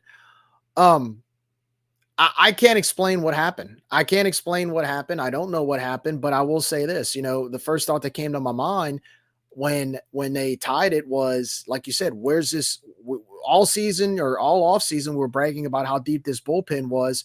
How on earth did we just pull that off? And I'll be honest with you guys. I thought we had that game lost. I thought it was lost. When they hit the grand slam, I'm like, you can shut the door. We're not responding here. I have to give props. Where I'm going to give my props is in the top of the 10th. You have 2 easy outs. So we're coming up to bat, top of the 10th, 2 easy outs. I believe they were both strikeouts, if I'm not mistaken, without looking. Connor Higgs comes up to the plate. And look, Connor's one of those guys. I mean, to me, he's got the most potential at the plate. And we see the type of power he has. But to me, he's a power hitter. It's either home run, something in the gap, or strikeout. There's no in between. He'll get a base hit here and there, but they're all like hard hits. He starts off with a 2-2 count. At that point, I'm thinking, here we go. We're going to get, of all the times for us to get a 3-up, 3-down, this is not the time. And on a 2-2 count, he just crushes one to right field. Or no, actually, it was left center field or right center field. And not only does he get the go-ahead home run, I think it was Debo that came in, gets a base hit, and then JT gets a base hit to the gap and scores another run. That showed me the grit of this team at a time when we could have just folded and lost that game and taken the sweep. I was very impressed by the way they came back in the top of the 10th. Now, that does not erase the fact that we have trouble in the bullpen, Josh. I agree with you on that because that's going to have to change like now, today. But I was very pleased with the way we responded in the top of that inning to get that win. But no, I think you guys are right. I mean, I'm concerned because, Josh, you had asked about offensively. who's really stepped up. I'm going to say the same thing about the bullpen as I've said about hitting. We've got decent pitchers, but they've been inconsistent. They haven't stepped up. I've noticed this year, we'll have guys like, a Blake Marshall, or like prime example, JT Etheridge last night. JT Etheridge probably had the worst outing against Troy. He set up the grand slam. And of course, I know it's just Jackson State, but he came in last night and dominated. And that's the thing. But that's the thing. Like, you have Troy's an offense. Jackson State is, they got a couple guys on scholarships so they can go to school for free. I mean, we're talking about a completely different level of baseball. And that's why it's so frustrating, because we don't know who the hell we are. We're either like absolutely dominant against bad to okay offenses, or we go play a Coastal and a Troy and we can't get an out. That is the most frustrating part. The most frustrating part to me is that, let's look at the bottom of the ninth. All right. You take Fluno out, you bring in Etheridge, which again, you were talking about pitchers who have great midweek starts, which he did against Jackson State, but then you bring him in at the bottom of the ninth. Okay. So what do we do when we're up 12-6? Hit by pitch, walk. He got a strikeout, hit by pitch. And you gave him bases loaded. You gave him bases loaded. Then guess what? Bases. Then Troy's like, oh, here's momentum. We're gonna single. Then guess what? We bring in Holzhammer. First batter, Holzhammer walks. Then a homer to center field for the granny to tie the game. So they had one base hit. They had one base hit. Yeah, one base hit and scored you gave them 6 runs. You had one base hit. You gave them 6 runs, all unearned. But it goes back to just throw freaking strikes. Like if a guy beats you, if okay, we got a strikeout. If the next guy beats you with a home run, it's a 1-run homer. Okay, so what? Flush it, go to the next guy. At least you're pitching it to where they can hit it. No, we're hitting guys. We're hitting batters. We're walking them. We're hitting batters. That has got to stop. Make them earn We are it, man. way too far into the season to still be making these silly mistakes. And this is not a hit on any one pitcher in particular. Happened all weekend. This is across the whole weekend against guys who have been consistent thus far through the season. We can't start regressing now, guys. Like we have got to continue to progress as a team and make positive strides. But again, you get into situations where you have a 6-run lead. There is no way in hell. I don't care how good Troy is. They should be clawing their way back after you have 1 out in the ninth with nobody on. Should never happen. Don't care who you're playing. So yeah, credit to Troy because they smelled blood in the water and they attacked, but we should have never put them in that position. Matt Braswell, shut up. Anyway, that's all I got. Good teams don't do that. Good teams don't do that. Good teams see a wounded animal and they slit their throat. That's what good teams do. And Troy did that. Now, you want to talk about credit? Okay, I give credit to Higgs, 2 out, 2-2 pitch, hits it in the gap, and then we have a little hit parade there and get 2 runs, which is great. The meat of your order came through on a Sunday when you needed to against bad pitching. Where were they on Saturday? Where were they on Friday? You gave me nothing. Outside of Debo, you gave me nothing. I need to see you do it when their lights are the brightest. If you want me to believe we can progress in the postseason, I need to see you do it under pressure.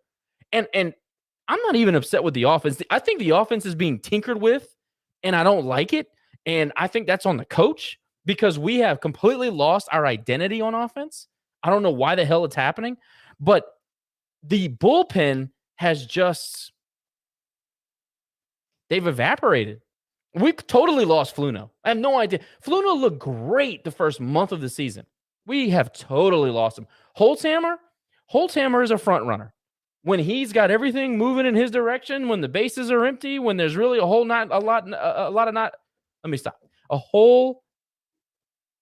there's not much going on, it's been a long week. When there's not much going on, he's great.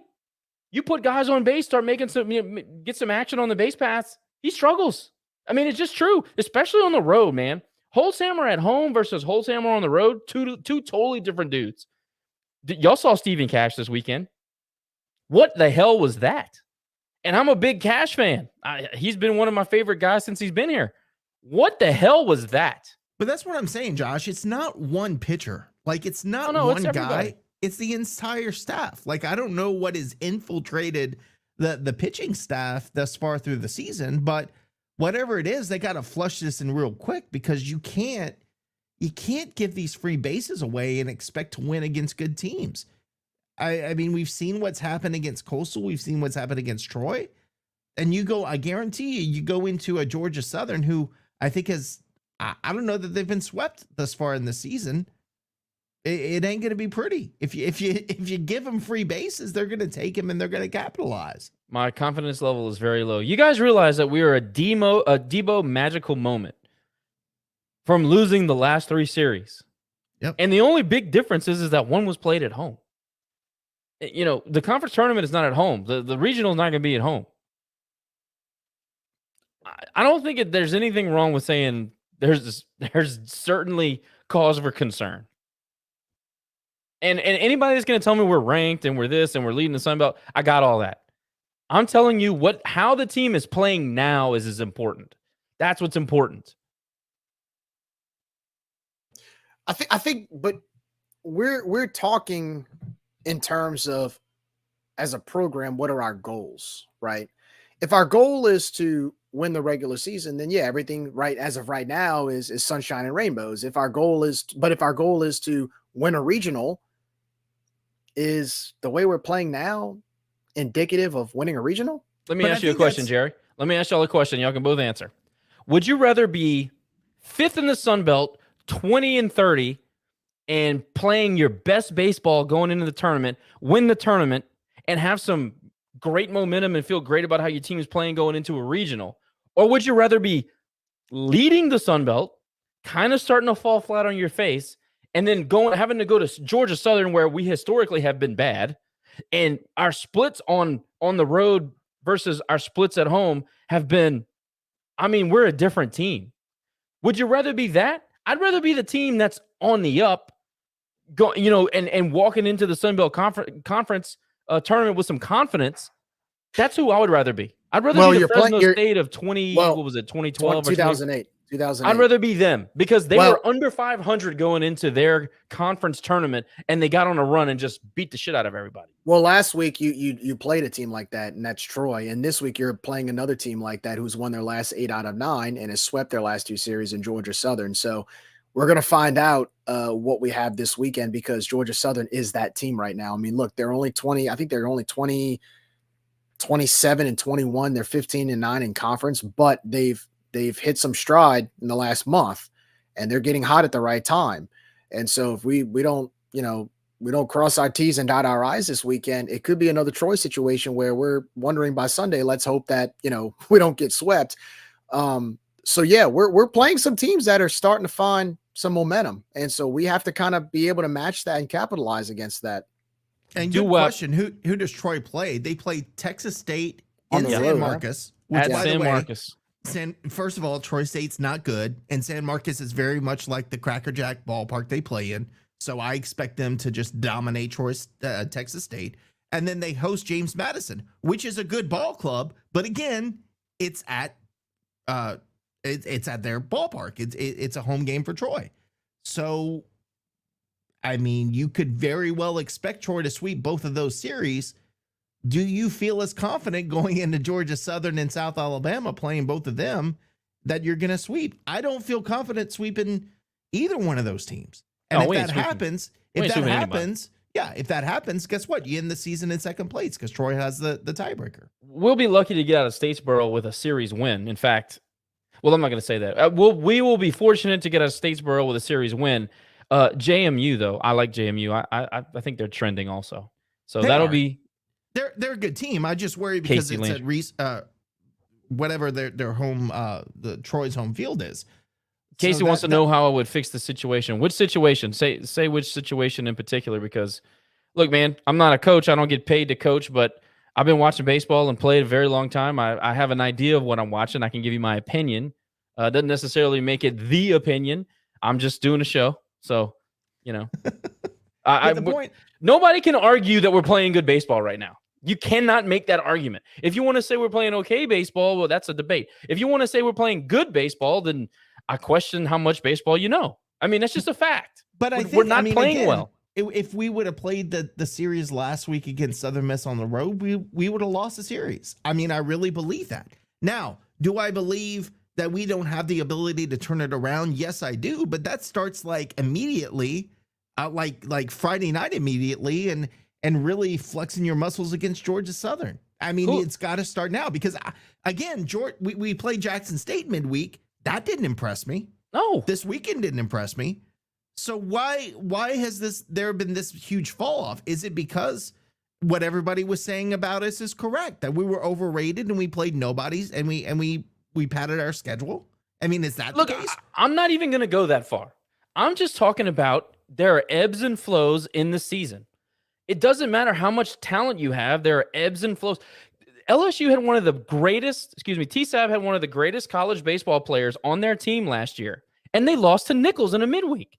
I mean, it is possible. Ebbs and flows happen, okay? I understand that. The question is, why are we playing badly now? There's not really any debate that we're playing badly. That's really not even up for debate. I'll even pose the question, Nick, Gerry, on the road, who do you trust? On the mound and at the plate. On the road, big spot, who do you trust? On the mound, I trust Simo. At the plate, I trust Demo. I mean, you give me all of them. That's it. That's literally. LP. I mean, but that's it. I mean, you trust who I have LP. confidence in right now. I've got LP. Yeah, You trust he had a LP. bad outing. You trust Simo. I would still say I trust David Christie. I do. Yeah. I think that he's shown enough. I mean, one bad outing doesn't change that. At the dish, I trust DeBarge. I trust Pastore, even though he was kind of shaky this weekend, but his body of work tells me that I can trust him in a big spot. And depending on what day it is, Higgs. I mean, he's either great or awful. You know, See, I'll add in John Taylor to that too. I think if John Taylor's hitting number one in the lineup, then I trust he's him. A completely different hit. But it's because when you're leading off, your responsibilities have totally changed than if you're the 6-hole hitter. You know what I mean? And that's why I made that comment earlier about why we keep playing musical chairs with the lineup. It's May. How are we doing this now? John Taylor has been productive at the top of the lineup all season long. Your offense made a big change once you inserted him there. Why move? It is part of that ebb and flow. So that's the discussion. Right now, we're not playing good baseball. Have we played good baseball this year? I would argue that the majority of the season we played good baseball. I agree. And when I said about, did we just play trash teams and that's why we padded our schedule? No, I don't think that's the case. I think we played, like you said, really good baseball. We can get back to that. But again, we've got to do it sooner than later. I feel like I just have, I'm not trying to be pessimistic because I love this team and I love the guys on this team. We're just talking. We're having a conversation about what's on the field right now. I think we're going to limp into this conference tournament. I really do. I think we'll limp it as number 2. And I think in this conference tournament, we might get to the quarter or semifinals. And I think we limp into the regionals. But what's so crazy about this team is that as down as I was the last couple of weeks against them, I still think if we get into a regional, we will be dangerous as hell. Think so too. Because this team can flip it like this. I just need that consistency back. I want you to make me feel better about myself. That's all I want to do. It's not that I don't have confidence that we're going to make some noise in the regionals. I just want to feel a little bit better about myself going into them. I don't want to limp into it. I want to go in with a little bit of confidence and momentum. So show me something this weekend. Well, our job here is to talk about what we saw this weekend, right? I mean, that's what we're here to do and review the weekend. So I'm just saying what I saw this weekend, and we're talking about the previous couple of weekends because they've kind of mirrored what we just saw. Do I think that a Degs team making a regional, getting in as a 2 or if we get in as a 3 seed, I feel even better. And we can go into that at another episode, but a 3 seed to me is a better situation. But do I think we're going to be dangerous in a regional? Damn right. Name a Degs team that didn't walk into a regional and be a threat. I mean, they always have been. As far as the conference tournament, I'll take it a step further, Nick. I think that we're even more in jeopardy of being beaten in the first 2 games because our frontline guys don't match up with the frontline guys. Really, it's going to come down to seeding and how the seeds shake out and who we're going to be matched up against because our Friday situation is not settled and it's not great. And our Saturday situation, look, if you're not going to let Simo go more than 5 innings against a team like Troy, you might come up on that exact situation in the tournament, which is why I was so, kind of hard up against taking him out there. But to address Casey, like the lineup decisions, and I've kind of harped on it a little bit. Why move JT? I don't understand that. Why get away from bunting and moving runners and the action and the hit and run? Or does he not trust this offense to execute? And we've seen some bad execution. So maybe that's the case. But why have we gotten away from that? We don't, and I'll say it again, I've said it 3 times on the show. We do not have the lineup to just go out there and out hit everybody. We don't have it. We're not consistent enough. We haven't shown that the power is there. I think we're probably middle of the pack in the Sun Belt and home runs. We doubles wise, I think we're also about the middle of the pack. Our slug is just not there. I think that we've gotten away from this manufacturing runs, and it's hurt us overall. I think we've lost our identity. We've gotten away from it. So decisions of lineups, put JT at the back of the top of the freaking lineup. Number 1. Number 2, can we get Josh Alexander back in the lineup? He handles the bat. He gets on base. He steals bases for you. He's a smart baseball player. I don't understand. Maddox Mandino, he had this crazy month of production where he's putting the bat on the ball and he's running for you. And I know he did have a little bit of an injury with the concussion and everything. But why has he been absent from the lineup? Things like that. Lengthen the lineup. Let's get some power down at 5, 6, 7 rather than trying to bunch it up at 3 and 4. That's what I would do. Pitching wise, I have no clue. I don't know what the hell happened to this staff, but there was a point in the season where you felt like we legitimately had 7, 8, 9 arms. Right now, going into a tournament situation, I trust 3 or 4 guys. And that's sad to say. Stephen Cash was absolute money, pardon the pun. I don't know, first 6 weeks of the season. I mean, he was absolutely filthy. And it's like they just lost confidence in him. And you saw this past outing, my God, he hit 3 batters, 2 or 3 batters, walked a guy. It was rough. And then prior to that, we didn't see him for a week and a half, maybe 3 pitches. He had a midweek outing for 3 pitches. But man, all of a sudden, like the middle relief has just gone nowhere. Blake Marshall, one of my guys, friend of mine, actually, he's been really, really, really good in spots. And then he's been really, really, really inconsistent in spots. In a postseason situation, you cannot rely on a guy that you don't trust. That's just a fact of life. So going into the tournament, I got to get 6, 7 arms that I'm going to have to run out there. Who's it going to be? I don't know if it's fixable, and maybe pitchers go through a lull just like hitters do, and adjustments have to be made. But right now, I think we just got to claw our way out of it because, like Nick said, and I made a faux pas. I shouldn't have said that they weren't great hitters. I think we're just not consistent. And whatever it's going to take to become consistent again, like we showed we could be early in the season, we have to find ourselves. But I think the real worry is that like early in the season when we played some good competition and a lot of these deficiencies were kind of exposed, I think a lot of people, and maybe even the guys, are starting to kind of feel that might be the issue. Like, hey, we kind of beat a bunch of bums, and now we're having to play real teams, and they're kind of whooping our ass. You can't get run ruled on a Friday in May. You can't. Like, that cannot happen.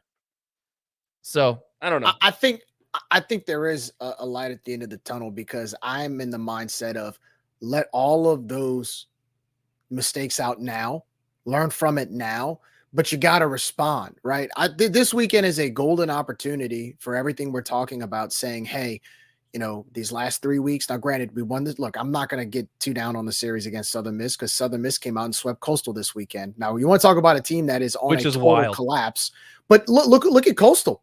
They're 1-9 or 2-8 in the last 10 games. I mean, so,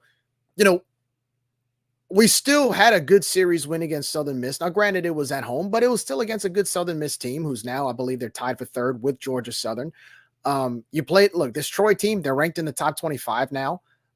Coastal Carolina was in talks of hosting a couple weeks ago. So you're playing good competition. My question is now moving forward these last 2 weeks, I know Georgia Southern's tied for 3rd. I wouldn't put them with Coastal, Southern Miss, or Troy, but how do we respond against them? And to be honest with you guys, I know you guys are a little more, not saying worried about South Alabama. I'm not. I don't know what it is about them lately. They have not played up to the standard that South Alabama plays. So them coming home, I feel different good team about at that. home. Yeah. I feel good about that. But I'm just hoping that I think these last 3 weeks, and just my personal opinion, has been the toughest 3 weeks of a conference stretch we've had since I can remember, to be honest with you. I don't think coming off of a week 3 weeks. So we had a week 3 weeks, and then we had the most difficult. This is probably the toughest stretch we've had in conference. I mean, since I can remember, honestly. I mean, look, Jerry, you're asking what we want to see. I know that's what do you want to see out of these next 2 weeks? What I want to see is mark your territory, flex your muscles, take this damn conference. That's what I want to see. If you're a conference winner, absolutely. I don't want to see any more pussyfooting. I don't want to see any more excuses. I don't want to see 3 hit batters in a row and 2 walks and a grand slam given up. I don't want to see any of that crap. I want you to go out there. I want you to dominate, assert yourself, flex your muscles, mark your territory, and take this damn conference. That's what I want to see. The next 2 weeks will tell me everything we need to know about the rest of our season. That's my opinion. Hey, and look, that's the blessing in disguise of all this, because we still have the 2-game lead, but we're going to have to show up and play big boy baseball for the next 2 weeks. So it actually is a good thing that we're going to have to be razor sharp to take the conference, because we're going to have to earn it after, man, we got out to such a big lead, Now we're going to have to finish strong in order to secure the conference. And I think that's a great thing. I think that you're going to have the pressure of win the conference or else, or you know what I mean? I think that's going to be a good thing. And if I can, I'm going to answer Pavlich real quick. I also think we can beat anybody, because I think our ceiling is really high. We're just playing down here. And I think Matt would also agree that there are ebbs and flows in the season. And maybe we're just at a lull right now. And maybe we just need something to spark everybody.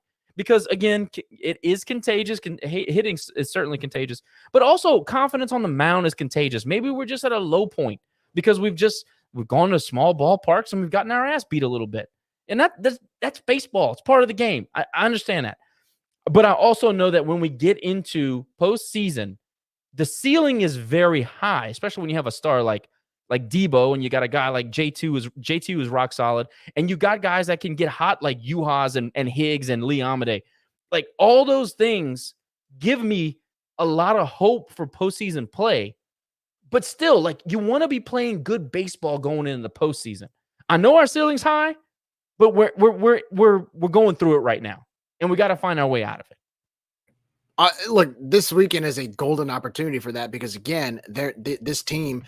They're hot, but at the same time, they're more. I feel like they're more beatable than a Troy. I don't feel like we're going into a gauntlet at Statesboro. And look, to your point, Nick, we're first place in the conference, and we knew coming into this season. I mean, look, we pride ourselves in playing in a tough baseball conference. We're the 5th strongest conference in college baseball right now, so you're going to get challenged.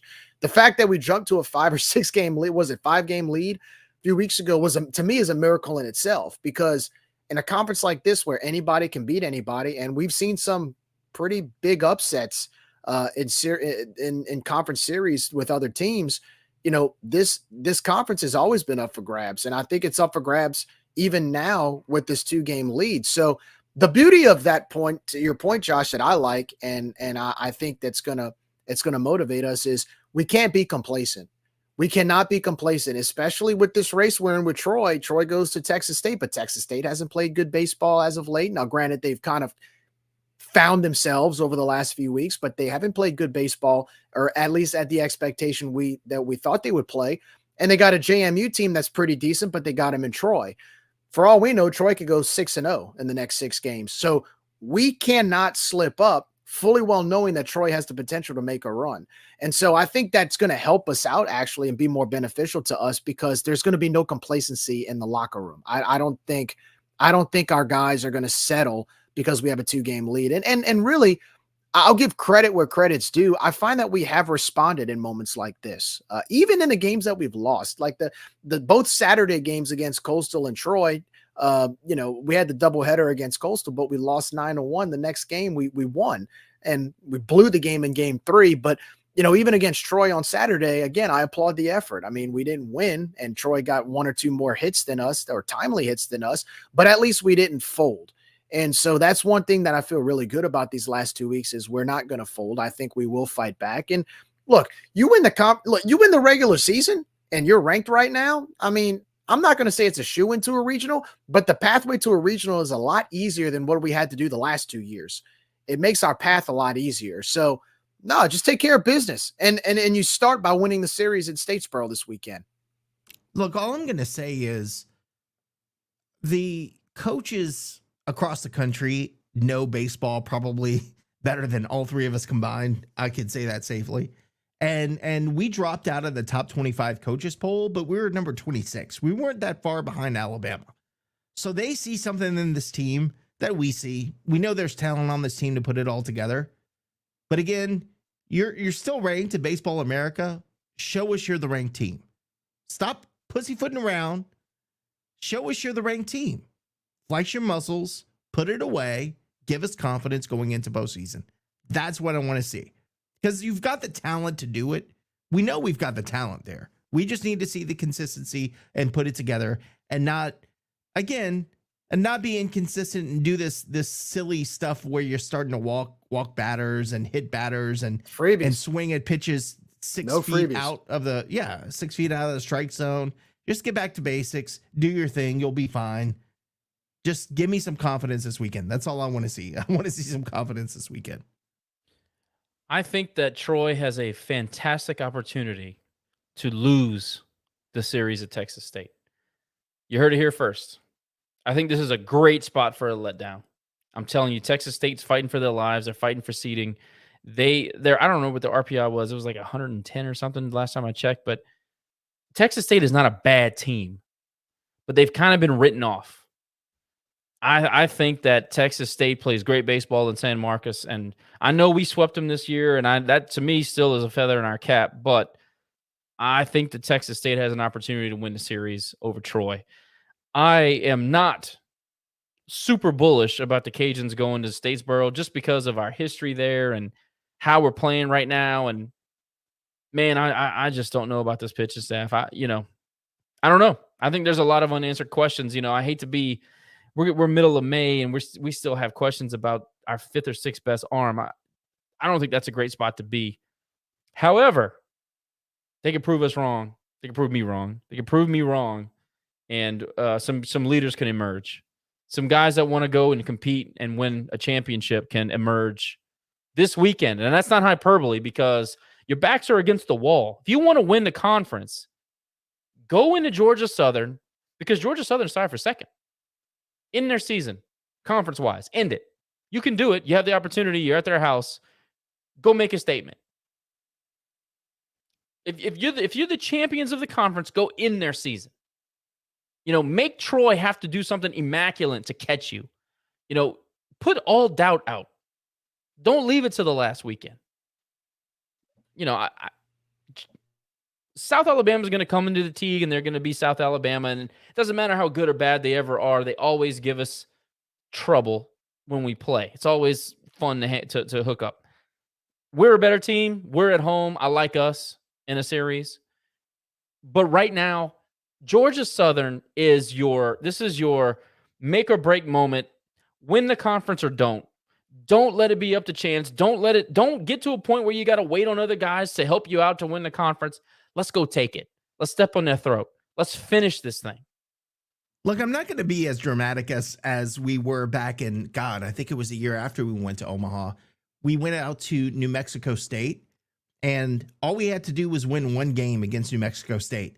And we lost all 3 games. In fact, we lost the series on a homer in the 9th inning against them on the Sunday and didn't even make our conference tournament that year. And I'm not saying to the degree of that, but this is kind of our New Mexico State to see how good we really are. Are we gonna do that and crap the bed? Or are we gonna go out and again, like you and I said, Josh, flex our muscles and show how good we are? We should have beat New Mexico State that year. We had 3 games to win 1. We had no business losing to New Mexico State, and we didn't even qualify for the tournament after we went to freaking Omaha. So again, it's not. Pavlich, remember that. Bad memories. But the point is, it's not to that, it's not that great. We're not talking about making the conference tournament, But if you're talking about winning the conference tournament, this is your New Mexico State. This is your chance to either go over there and poo-poo the bed or go over there and flex your muscles. I just want to see more out of this team that I know has more than they showed me last weekend. But you agree that you want to walk into a situation feeling good about yourself, right? 1,000%. Yes. Yeah. If you take care of business in Statesboro and you come home, you're going to have the crowd behind you. If you can win that series, we're going to send you off feeling like kings. Like, take care of business this weekend. Show that you can play on the road at a high level. Let's do that. Let's do it against a good team that people will respect. You know, the respect, the conference, the series win. I mean, that's what we want to see. We want you to come home and we want to send you off to the postseason tournaments. We want to, there is especially in baseball, there's a humongous psychological edge when you're playing well. Results, not necessarily even results, but when you're playing well, when you're executing pitches, when you're executing the offense, when you're seeing the things that you've been working on come to fruition, that matters so much in the mind of a player. We got to get back to that because right now we're not. That's not a controversial take. It's true. So I'm sorry to trigger people. I'm sorry to get off topic, but triggering people with this New Mexico State comparison. Longclaw said, yeah, the tournament that year was held at the Teague. I'm pretty sure Pavlich was one of the many players who had to work that tournament. Robe made them go out and maintain the field and bring out the tarp. Those players had to go at their own tournament that they missed out on and work it. So he wasn't playing. He got his message across. I just want Degs to get a message across this weekend the same kind of way and tell them, look, we're not. And look, like you said, he was pissed off after the Jackson State win, Finally, right? He was finally pissed. And I mean, how long is it going to take for him to get pissed? But that's what I want to see out of my head coach in a situation like this. Yeah, you won 5-0, but that didn't mean anything. Terrible. It was Yeah. a terrible. Let's talk about that. Let's talk about the Jackson State game. So last night, the Cajuns came back to the Teague to take on Jackson State, and they won 5-0. But for the most part, it was almost for like a good 7 innings. It felt like deja vu in that 2014 game. No. It felt like deja vu from 2 weeks ago when we played Houston Christian. Because it was dead and nobody cared. They didn't want to be there. It was bad, dude. And this is why I continue to be concerned. It's a feeling that you get when you watch them compete. It's almost like they show up and think, oh, we got this in the bag. And that is a dangerous place to be. And you got to give Spurgeon some credit, the guy who started for Jackson State. He was a junk thrower. I think his fastball was 74. Shout out. His freaking spin rate was like 700. 700 on the track, man. It was bad. They threw 2 back-to-back lefties, and I think one of the at-bats, I looked at the radar the entire time, and the highest he got in one of his, there was one where I forgot who it was, one of our batters. It was like 8 or 9 pitches. The highest he got was 67. 67. We're out here throwing knuckleballs in 2024. Like, 67. That's what was going on. But still, even though, and I know that's something you don't see very often, but it's beer league softball. Like, figure it out. At some point, figure it out. This guy went, 7 innings, 8 innings? He went like 5 or 6. Because I know Trey LaFleur got that. He mashed one to Oppo to left center. The 5th, I think. That was in the 5th. He got 2 runs scored, and I think after that they took him out. And no, Spurgeon continued on. He was 6th or 7th. Well, he was probably, I think he was at least 6th then, because they put in that slow off-speed lefty who was throwing 65 every pitch. And I'm just how was that? What's that movie when, oh no, that's Rookie of the Year when he just lobs it up in the air. Yeah, his arm finally comes back to him and he just lobs the ball up. You know, that's kind of what it was. Yeah. And you know what happened. And I'm going to tell you like that. And the reason why I talk about 2014, obviously everybody remembers 2014 when we lost, but it was the same type of pitchers. Our timing was off. Every time we got opportunities with base runners, we couldn't do anything. We couldn't respond. I don't know how many times we popped up last night with runners on base. I mean, we got bases loaded. We popped up. We got 2 men on with 2 outs. We popped up. We got a guy on second. We popped up. It's like, man, put the ball in play. Like, put it down. Luckily in the 9th, we were able to do that. But by then it's like, you knew once you got the 1 or 2 runs I think we scored 3 in the 9th, but once you got that first run. Well, it was the 8th, and it was all because the dude at second base dropped the freaking baseball. In the 8th, I'm sorry. If that doesn't happen, we go into the 9th at 2-0, and it was already starting to creep up in my mind. 2-0. Well, who's pitching the 9th? And you're right. It was. I don't know why I said the 9th, but yeah, it was the 8th. And I think what was more surprising to me, and maybe you guys can help me through this. And this isn't a criticism; it's more of a question of why they pitched them. But I noticed they put in both Fluno and LP to close it out, and I was kind of surprised by that because I don't know. I know, Josh, you're throwing your hands up at it. Well, look, Fluno has had some arm soreness, so I know that's a thing, right? Yeah, so, Josh is just like, I know, don't ask me. Don't ask me. I don't know. Well, he's also pouring pretty heavy now, so he's ready to go all in. Oh, that was I'm just gonna say, I think Fluno was for he's had some soreness. I think he would have gone on Sunday could he have gone as a starter. But LP, I don't know. I mean, was it bullpen? Probably. Did it look bad? Yes. Because now you're having to bring your closer in to close out Jackson State. Right. That's kind of my thought. Like, maybe they were trying to make up for what happened on Saturday. I know he didn't have the best outing on Saturday, but when I remember, I know Kevin Dore and his wife were sitting by me, and I remember looking at Kevin whenever they put LP in, and the first thing I told Kevin, I was like, dude, it looks like we're just ready to go home. Like, let's just put LP in and go home, But look, let's get this over with. Jordan Guillory has a great point, and I totally agree with him. I have no doubt when we get in postseason, we are going to make somebody scared. And we're hopefully going to do more than that, because the last couple of years, even though we made it into a regional tournament, I think we need to, again, better our record in regionals this year. But I'm tired of losing to teams that we feel like we should beat. If you're a ranked team and coaches around the country think that you deserve to be ranked, then act like a ranked team. That's all I'm saying. Like, what you're not going to see an Alabama go into a Georgia Southern and lose 3 games or 2 games or 1 game. Like, you guys go in and flex their muscles. You guys realize that in a game against Jackson State in May, in the midweek, we threw our former Friday starter and our former Sunday starter. Like, let it sink in. Yeah, I don't like I understand it's a bullpen situation and they wanted to get. When the hell did all of a sudden we start doing live bullpens in games? When did that happen? We've done that this season though. No, this season. Yes, no. Yeah. We've done this season, last season, and the season before that. But I'm talking about historically. When did we throw bullpens live? Why all of a sudden do we do that? Robe didn't do that. Can't answer that. Yeah, I really can't. A lot of our peers certainly don't do that. Why are we throwing Fluno, who I'm telling you, this is just my own opinion and my own evaluation.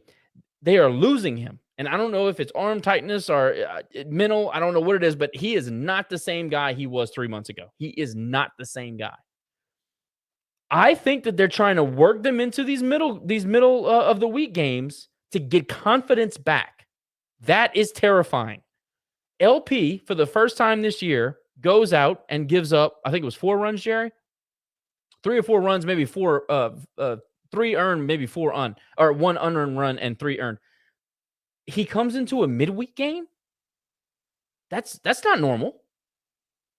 So what the hell? Like, there's got to be something more than that. I know they came on the radio and said, well, they were going to throw bullpens anyway. Well, since when do we constantly have bullpens? What did you do last week when we didn't play in the midweek? Did nobody have a bullpen? Why are we throwing bullpens live? I don't understand that. I don't know another coach that does that. I'm talking about with elite talent now. I'm not talking about just a regular run-of-the-mill coach. I'm talking about elite talent. Like, LP's going to be a 5th-round draft pick. Why the hell is he throwing on a regular old Tuesday night against Jackson freaking State? Like, to me, it makes no sense. If you want to let the guy get warm, get hot, and throw a bullpen, let him do that. Why are we running him out against Jackson State?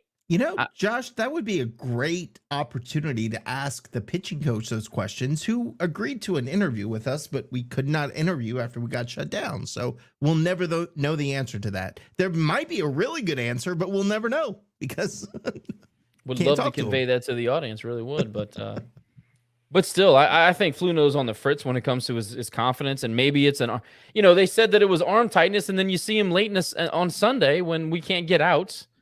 And he comes in and look, I don't know what the hell's going on, but and just bear with me for a moment. It reeks of desperation.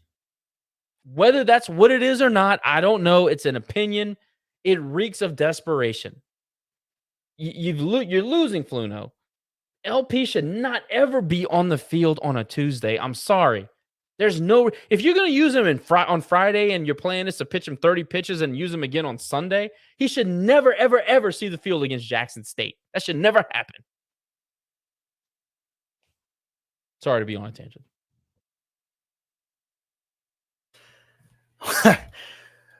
Anyway, I know that's hard to follow, Jerry, but it's the truth, dude. Like this whole bullshit idea about we're going to throw live bullpens. We're throwing live bullpens. Like what? When did that start happening? All he hears is Josh going wah wah wah wah wah like peanuts. And he fell asleep. No, it's wah wah wah wah. Yeah, that's a good point. No, I'm not. I'm just not. Look, Josh, I get your frustration. I guess for me, I'm not as worried about that right now because I think I look. What the coaches decide and what they're thinking and their strategy behind it is something that I'll never understand because to Nick's point, they do have certain baseball knowledge that I don't. I just hope it works. That's my thing. If that's what they're going to do, I just hope it's effective. But it ain't working. That's the point. It's not working. That's what I'm trying to say. And look, I'm not even talking about the coach's decision now. I'm saying historically, we have not seen this happen. So why all of a sudden is live bullpen mean midweek appearance? I don't know. To me, it reeks of desperation. You're trying to fix these kids' mental situation. That's what it looks like. I don't know if that's what it is, but that's what it looks like. Yeah, well, just make sure it works. That's all I ask. Just make sure that it's effective because we need it now more than ever, especially this time of the year. I'm not a coach, but no, I'm kidding. I know how much you love Didn't we have a policy on we're not a coach thing? It was on purpose, bro. Like, I think I violated my own policy. You did on this. Man's overstepping his boundaries. Unbelievable. But anyway, guys, look, Cajuns, yeah, they'll travel to Statesboro this weekend. Huge series for Louisiana to stay atop the Sun Belt standings. They'll take on Georgia Southern. First pitch on Friday will be at 5:30 p.m. Remember, they play in an Eastern time zone, so the time or the start times will be a little bit different for us. 5:30 Central Standard Time on Friday, 1 o'clock on Saturday, 12 o'clock noon, first pitch on Sunday. You can catch all the action. It'll be televised on ESPN Plus, as well as Jay and I don't know, is it going to be probably Bab? I think it's going to be Jay and Bab on KPEL 96.5. If you want to sync your radio and TVs, you can do that. But huge, huge series. Let's talk a little bit about the conference standings right now. Again, Louisiana, first place atop the Sun Belt Conference with an 18-6 conference record, 35-15 overall. They have a 2-game lead over Troy, who's in second place, 16-8 in conference, 34-16 overall. Troy breaking the top 25 in just about every poll this. Oh my gosh. We'll get to that in a second. Congrats to Troy. They deserve it. They're a great team. They really are a very good team. They jumped into the rankings. Good for them. And third place, tied for third place, Southern Miss and Georgia Southern, both with a 15-9 record. So we are playing a team that is tied for third. Again, they have Georgia Southern has hit their stride. So look, only a few games separate these teams. Troy's 2 games behind. Southern Miss and Georgia Southern are 3 games behind. And App State's in 4th place, JMU in 5th. But look, I mean, this weekend, you look at the scenarios, the what ifs, right? Cajuns take at least 1 game. It still makes things pretty comfortable for us. But here's the problem with that. If Troy sweeps, it's a brand new ball game. Pretty much the race is tied going into the final weekend. So this is a must for the Cajuns to take care of business this weekend, at least try to get the conference or the series win. That'll give them that extra cushion going into the final weekend for the final homestand against South Alabama at home. Right now, Cajuns RPI sits at number 48. I believe they jumped up 2 spots since the beginning of the week. They were at 50 on Sunday after the win against Troy. Currently at 48 and room for growth, room to go up. I believe last year when the Cajuns were picked as an at-large to go to a regional, I want to say they were at number 42, I believe. It was somewhere around 42, 43. Yeah, I think it was 42. So we're in that sweet spot, right? Take care of business. The rest will take care of itself. Get into that RPI sweet spot, but win the conference. If you win the conference in the regular season, that'll definitely make it look nice and shiny, like the nice and shiny toy for the selection committee going into the Sun Belt Conference tournament. Okay, so moving on to softball real quick. Louisiana finished out the regular season against Troy.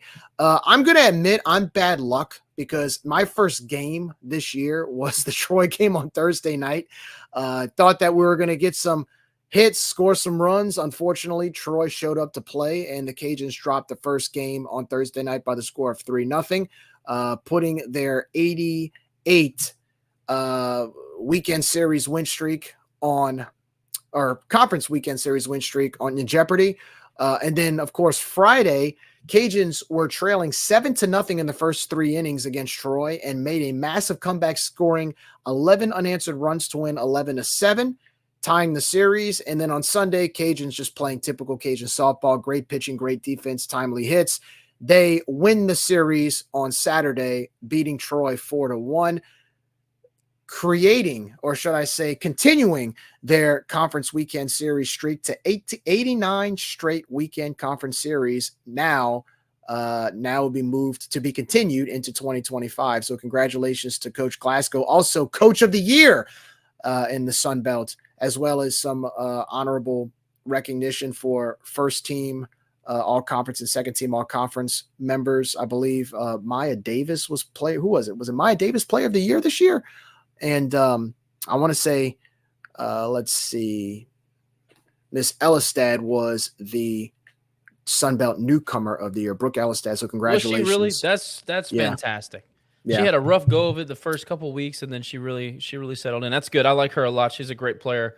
She does a lot of things really well for this team. If you want to launch into kind of a synopsis of the Troy series, look, dude, you're going to lose those games on Friday. I think that Troy came out ready to play, and maybe the Cajuns weren't quite ready for it. But when you go down 7-0 on a Saturday, damn the series streak.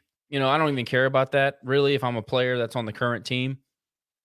To be able to respond the way that they did shows you the grit that kind of team has. And you want to talk about a high ceiling? This team has a very, very high ceiling. If they can find some consistent 1-2 punch on the mound, in the circle, to get the jargon correct, they're going to be dangerous. We love Sam. We've interviewed Sam. Sam's a friend of the pod, and I like her a lot. If Sam can control herself in a first 2 innings of games, she's so talented. She's so elite. Nobody can beat this team when she holds it together. And you got Chloe Riasetto right behind her to really complement what she can do. Man, I think this team has like I said, very high ceiling, but take care of business in the conference tournament. Don't let them keep you out. I still think we don't have much of a chance to host, even though everybody's projecting and the RPI is what it is. Go out and win the tournament. Go out and win the tournament and force them to make a decision and force them to look stupid when they don't pick you to host. I think that's our goal now. Yeah, they screwed us last year, and I think Alabama just got eliminated from their conference tournament, so that puts us in a little better position going into our conference tournament. But I agree with you, Josh. I typically would have confidence, but after last year, when they picked and chose exactly what metrics they wanted to fit their narrative to keep us out, you always got to worry. Proud of Glasgow from coming out and not calling the committee out, but stating our case for a regional host bid this year. Glad he did that. That just gives even more, I guess, less of an opportunity for a committee to come out and say, well, they didn't have the resume. I mean, he pretty much laid it out for him. So kudos to him for doing that, and just take care of business at the tournament. I don't think you have to win it. I expect us to win it, but I don't think we have to win it. I think we just need to get to that final game, and we'll be in good shape. Yeah, so just to review this week, Cajun softball in every single metric, or every single ranking, should I say. Right now, Softball America has them at number 12. D1 Softball has them at 17. USA Softball has them at 18. And the NPCA has them at number 21. So they are ranked in all 4 polls. Again, Coach Glasgow, congratulations to Coach Gerry Glasgow, Sun Belt Coach of the Year. Second team all conference, we had Chloe Riasetto and Sam Rowe, as well as, let's see, Laney Sam Rowe, another Crater. newcomer, so good for Yeah, him. another newcomer. Great job for Sam. So yeah, Chloe Riasetto, Sam Rowe, and Laney Crater. And also we have we have Alexis Langliers. So 4 players making second team Sunbelt All Conference. Of course, we've got, let's see, Maya Davis, first team All Conference, Maya Davis, Sam Landry, and Brooke Elistad. Congratulations to first team All Conference and newcomer of the year, Brooke Elistad. Again, great job for Brooke. Congratulations to Brooke. It's good to see that. It's good to see. I'm really, I got to say, the highlight of the year to me, and I know everybody talks about the Oklahoma win, has been the response of the way this team has turned it around. You start the season 9-12, you lose some games early on that you probably shouldn't have lost. And there were a lot of question marks on what direction is this team going to go. And in the same day that you literally get run ruled by Liberty, you go beat Oklahoma and you go on this crazy, I think we go on this 31-5 run or 31-4 run. That is insane. So you go from 9-12. Now you sit at 40-16, which, by the way, clinches the 25th year of 40+ wins, or 25+ years of 40+ wins. Another 22-2 conference record, just like last year, and another conference championship. So what a way for the girls to bounce back. Also, too, if you want to look at RPI, I know right now there are a few Sunbelt or conference tournaments going on. Right now, Louisiana sits at 12 in RPI. They're 12th in RPI. So, look, I'll be honest with you. I know we talk about the selection committee. If the selection committee didn't see what we did after they basically shafted us and sent us to Baton Rouge and saw that we won their regional and went to a super, if they don't see that and then see the fact that we beat Oklahoma and ended their 71-game win streak, if that's not enough, especially if we take care of business starting tomorrow in this tournament, if that's not enough to give us a host, we'll never, ever host again. Unless we go undefeated. And maybe if we go undefeated, they'll find another reason not to let us host. I don't think you can say shafted when you're talking about softball, but go ahead, Nick. Yeah. What did I say something? What happened? What did I say? Drop it.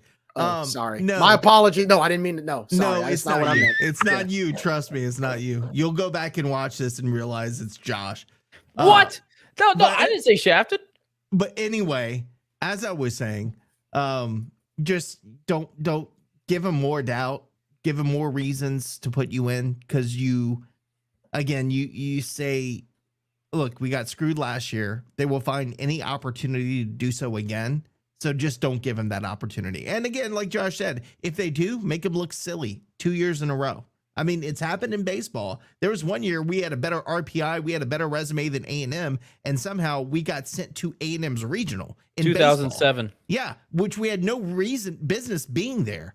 So this is kind of the same thing. We just gotta eliminate all the doubt and the not necessarily doubt, but any opportunity for them to go against us hosting.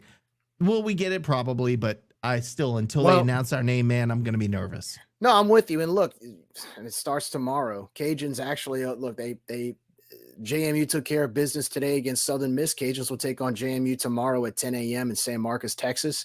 And it's a single elimination tournament. They'll play the winner of Coastal versus Troy. If they take care of business, they'll play at 4:00 on Friday. So starting tomorrow, if you want that host, you got to win that game against JMU in the morning. So, by the way, you're laughing. What did I say? Did I say something inappropriate? No, I'm still laughing at Josh. Just nothing about you, dude. Okay, I hope I didn't say anything wrong. People are going to be coming back. It is nothing about you. Trust me when I tell you that. Okay, well, thanks. Yeah, like Josh is just looking like, what did I do?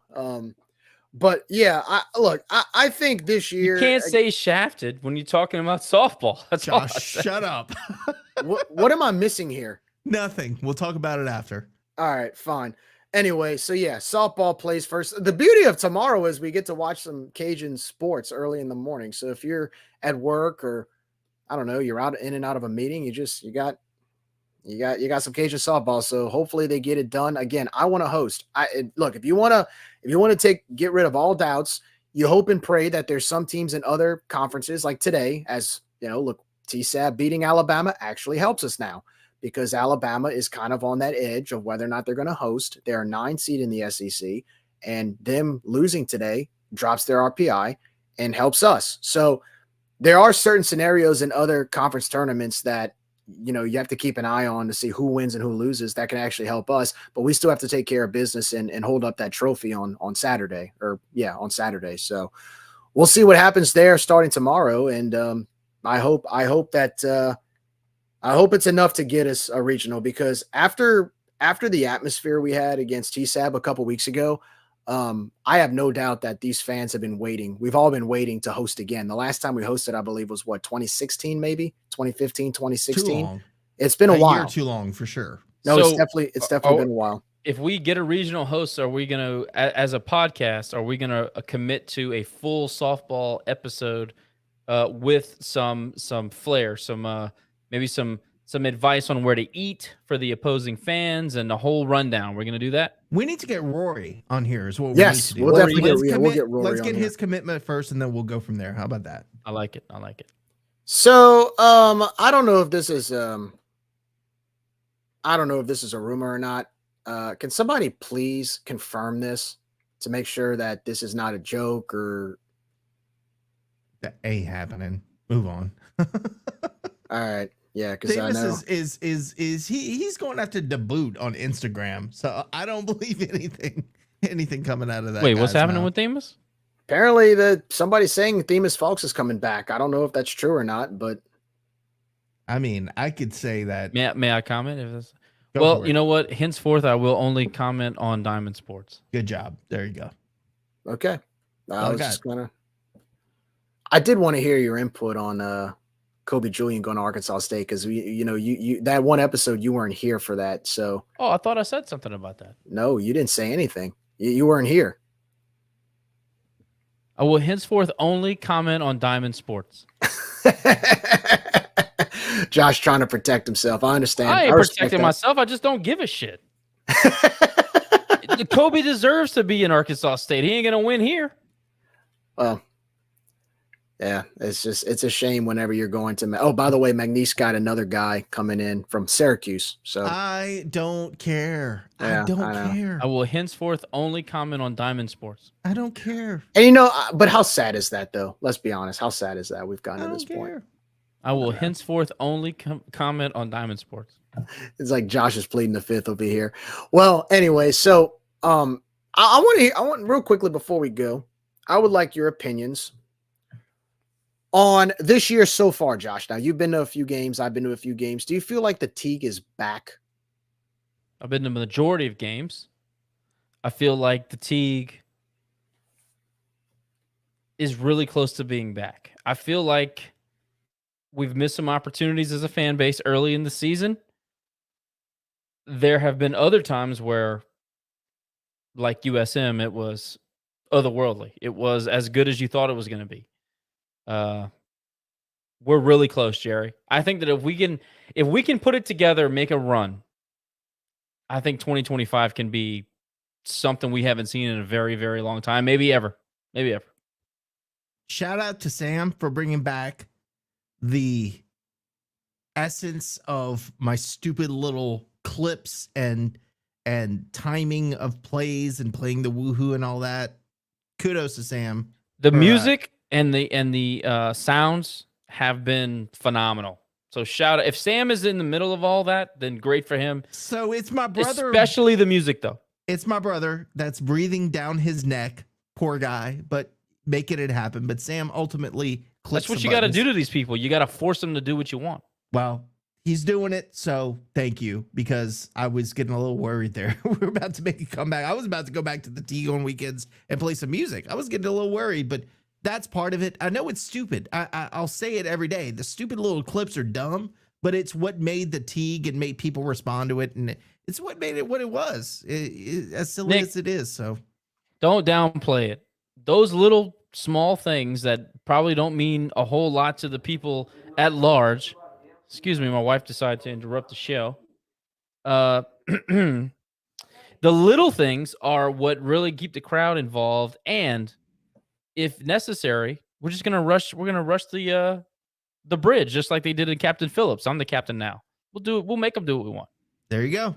Well, that's the point, right? Game day experience is kind of an important thing, especially when you're paying good money to go watch baseball and you want to see, you want that aura of the teak to stick around.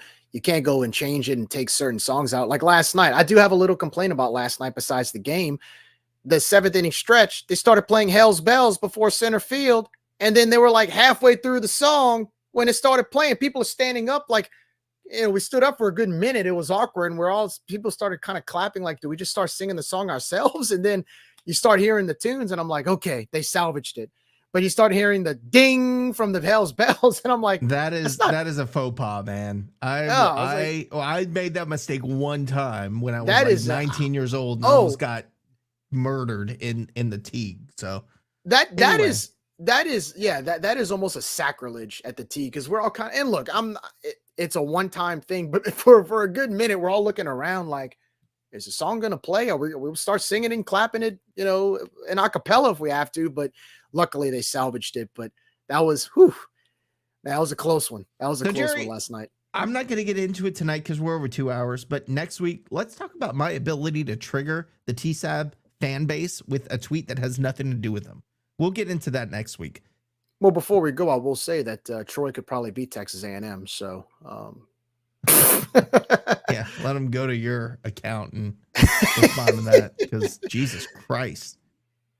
But no, they thought that you were taking a dig. It was one of those, you were just taking a dig out of nowhere because if they weren't playing Texas A&M this weekend, you wouldn't have said it. And I'm like, well, A&M was the number one team in the country, so technically it was a valid point. But anyways. Well, guys, I think that's going to wrap it up. We talked a lot about this upcoming series against Georgia Southern. This is a busy time of year for Diamond Sports, but it's a fun time of year. And guess what? We're in the conversation for both sports while other certain programs have their seasons in. Guys, if you like what we do, please, listen to us on YouTube, Twitter, Facebook, Instagram, Twitch, TikTok. You can listen to us on Spotify and iTunes. Nick will have this episode up as soon as possible. One last time, thank you to our sponsors, Dr. Brett Venable, Recovery Chiromed, as well as Absolutely Embroidery and more. Check them out. They're local. They support the pod. Give them some of your business. That's going to do it here for tonight. For Josh, for Nick, I'm Gerry. We are the Rage and Review Podcast. In the words of the late great Big Dave Thibodeau, bye, we out of here. See you next week for more Rage and Review content. And as always, go Cajuns.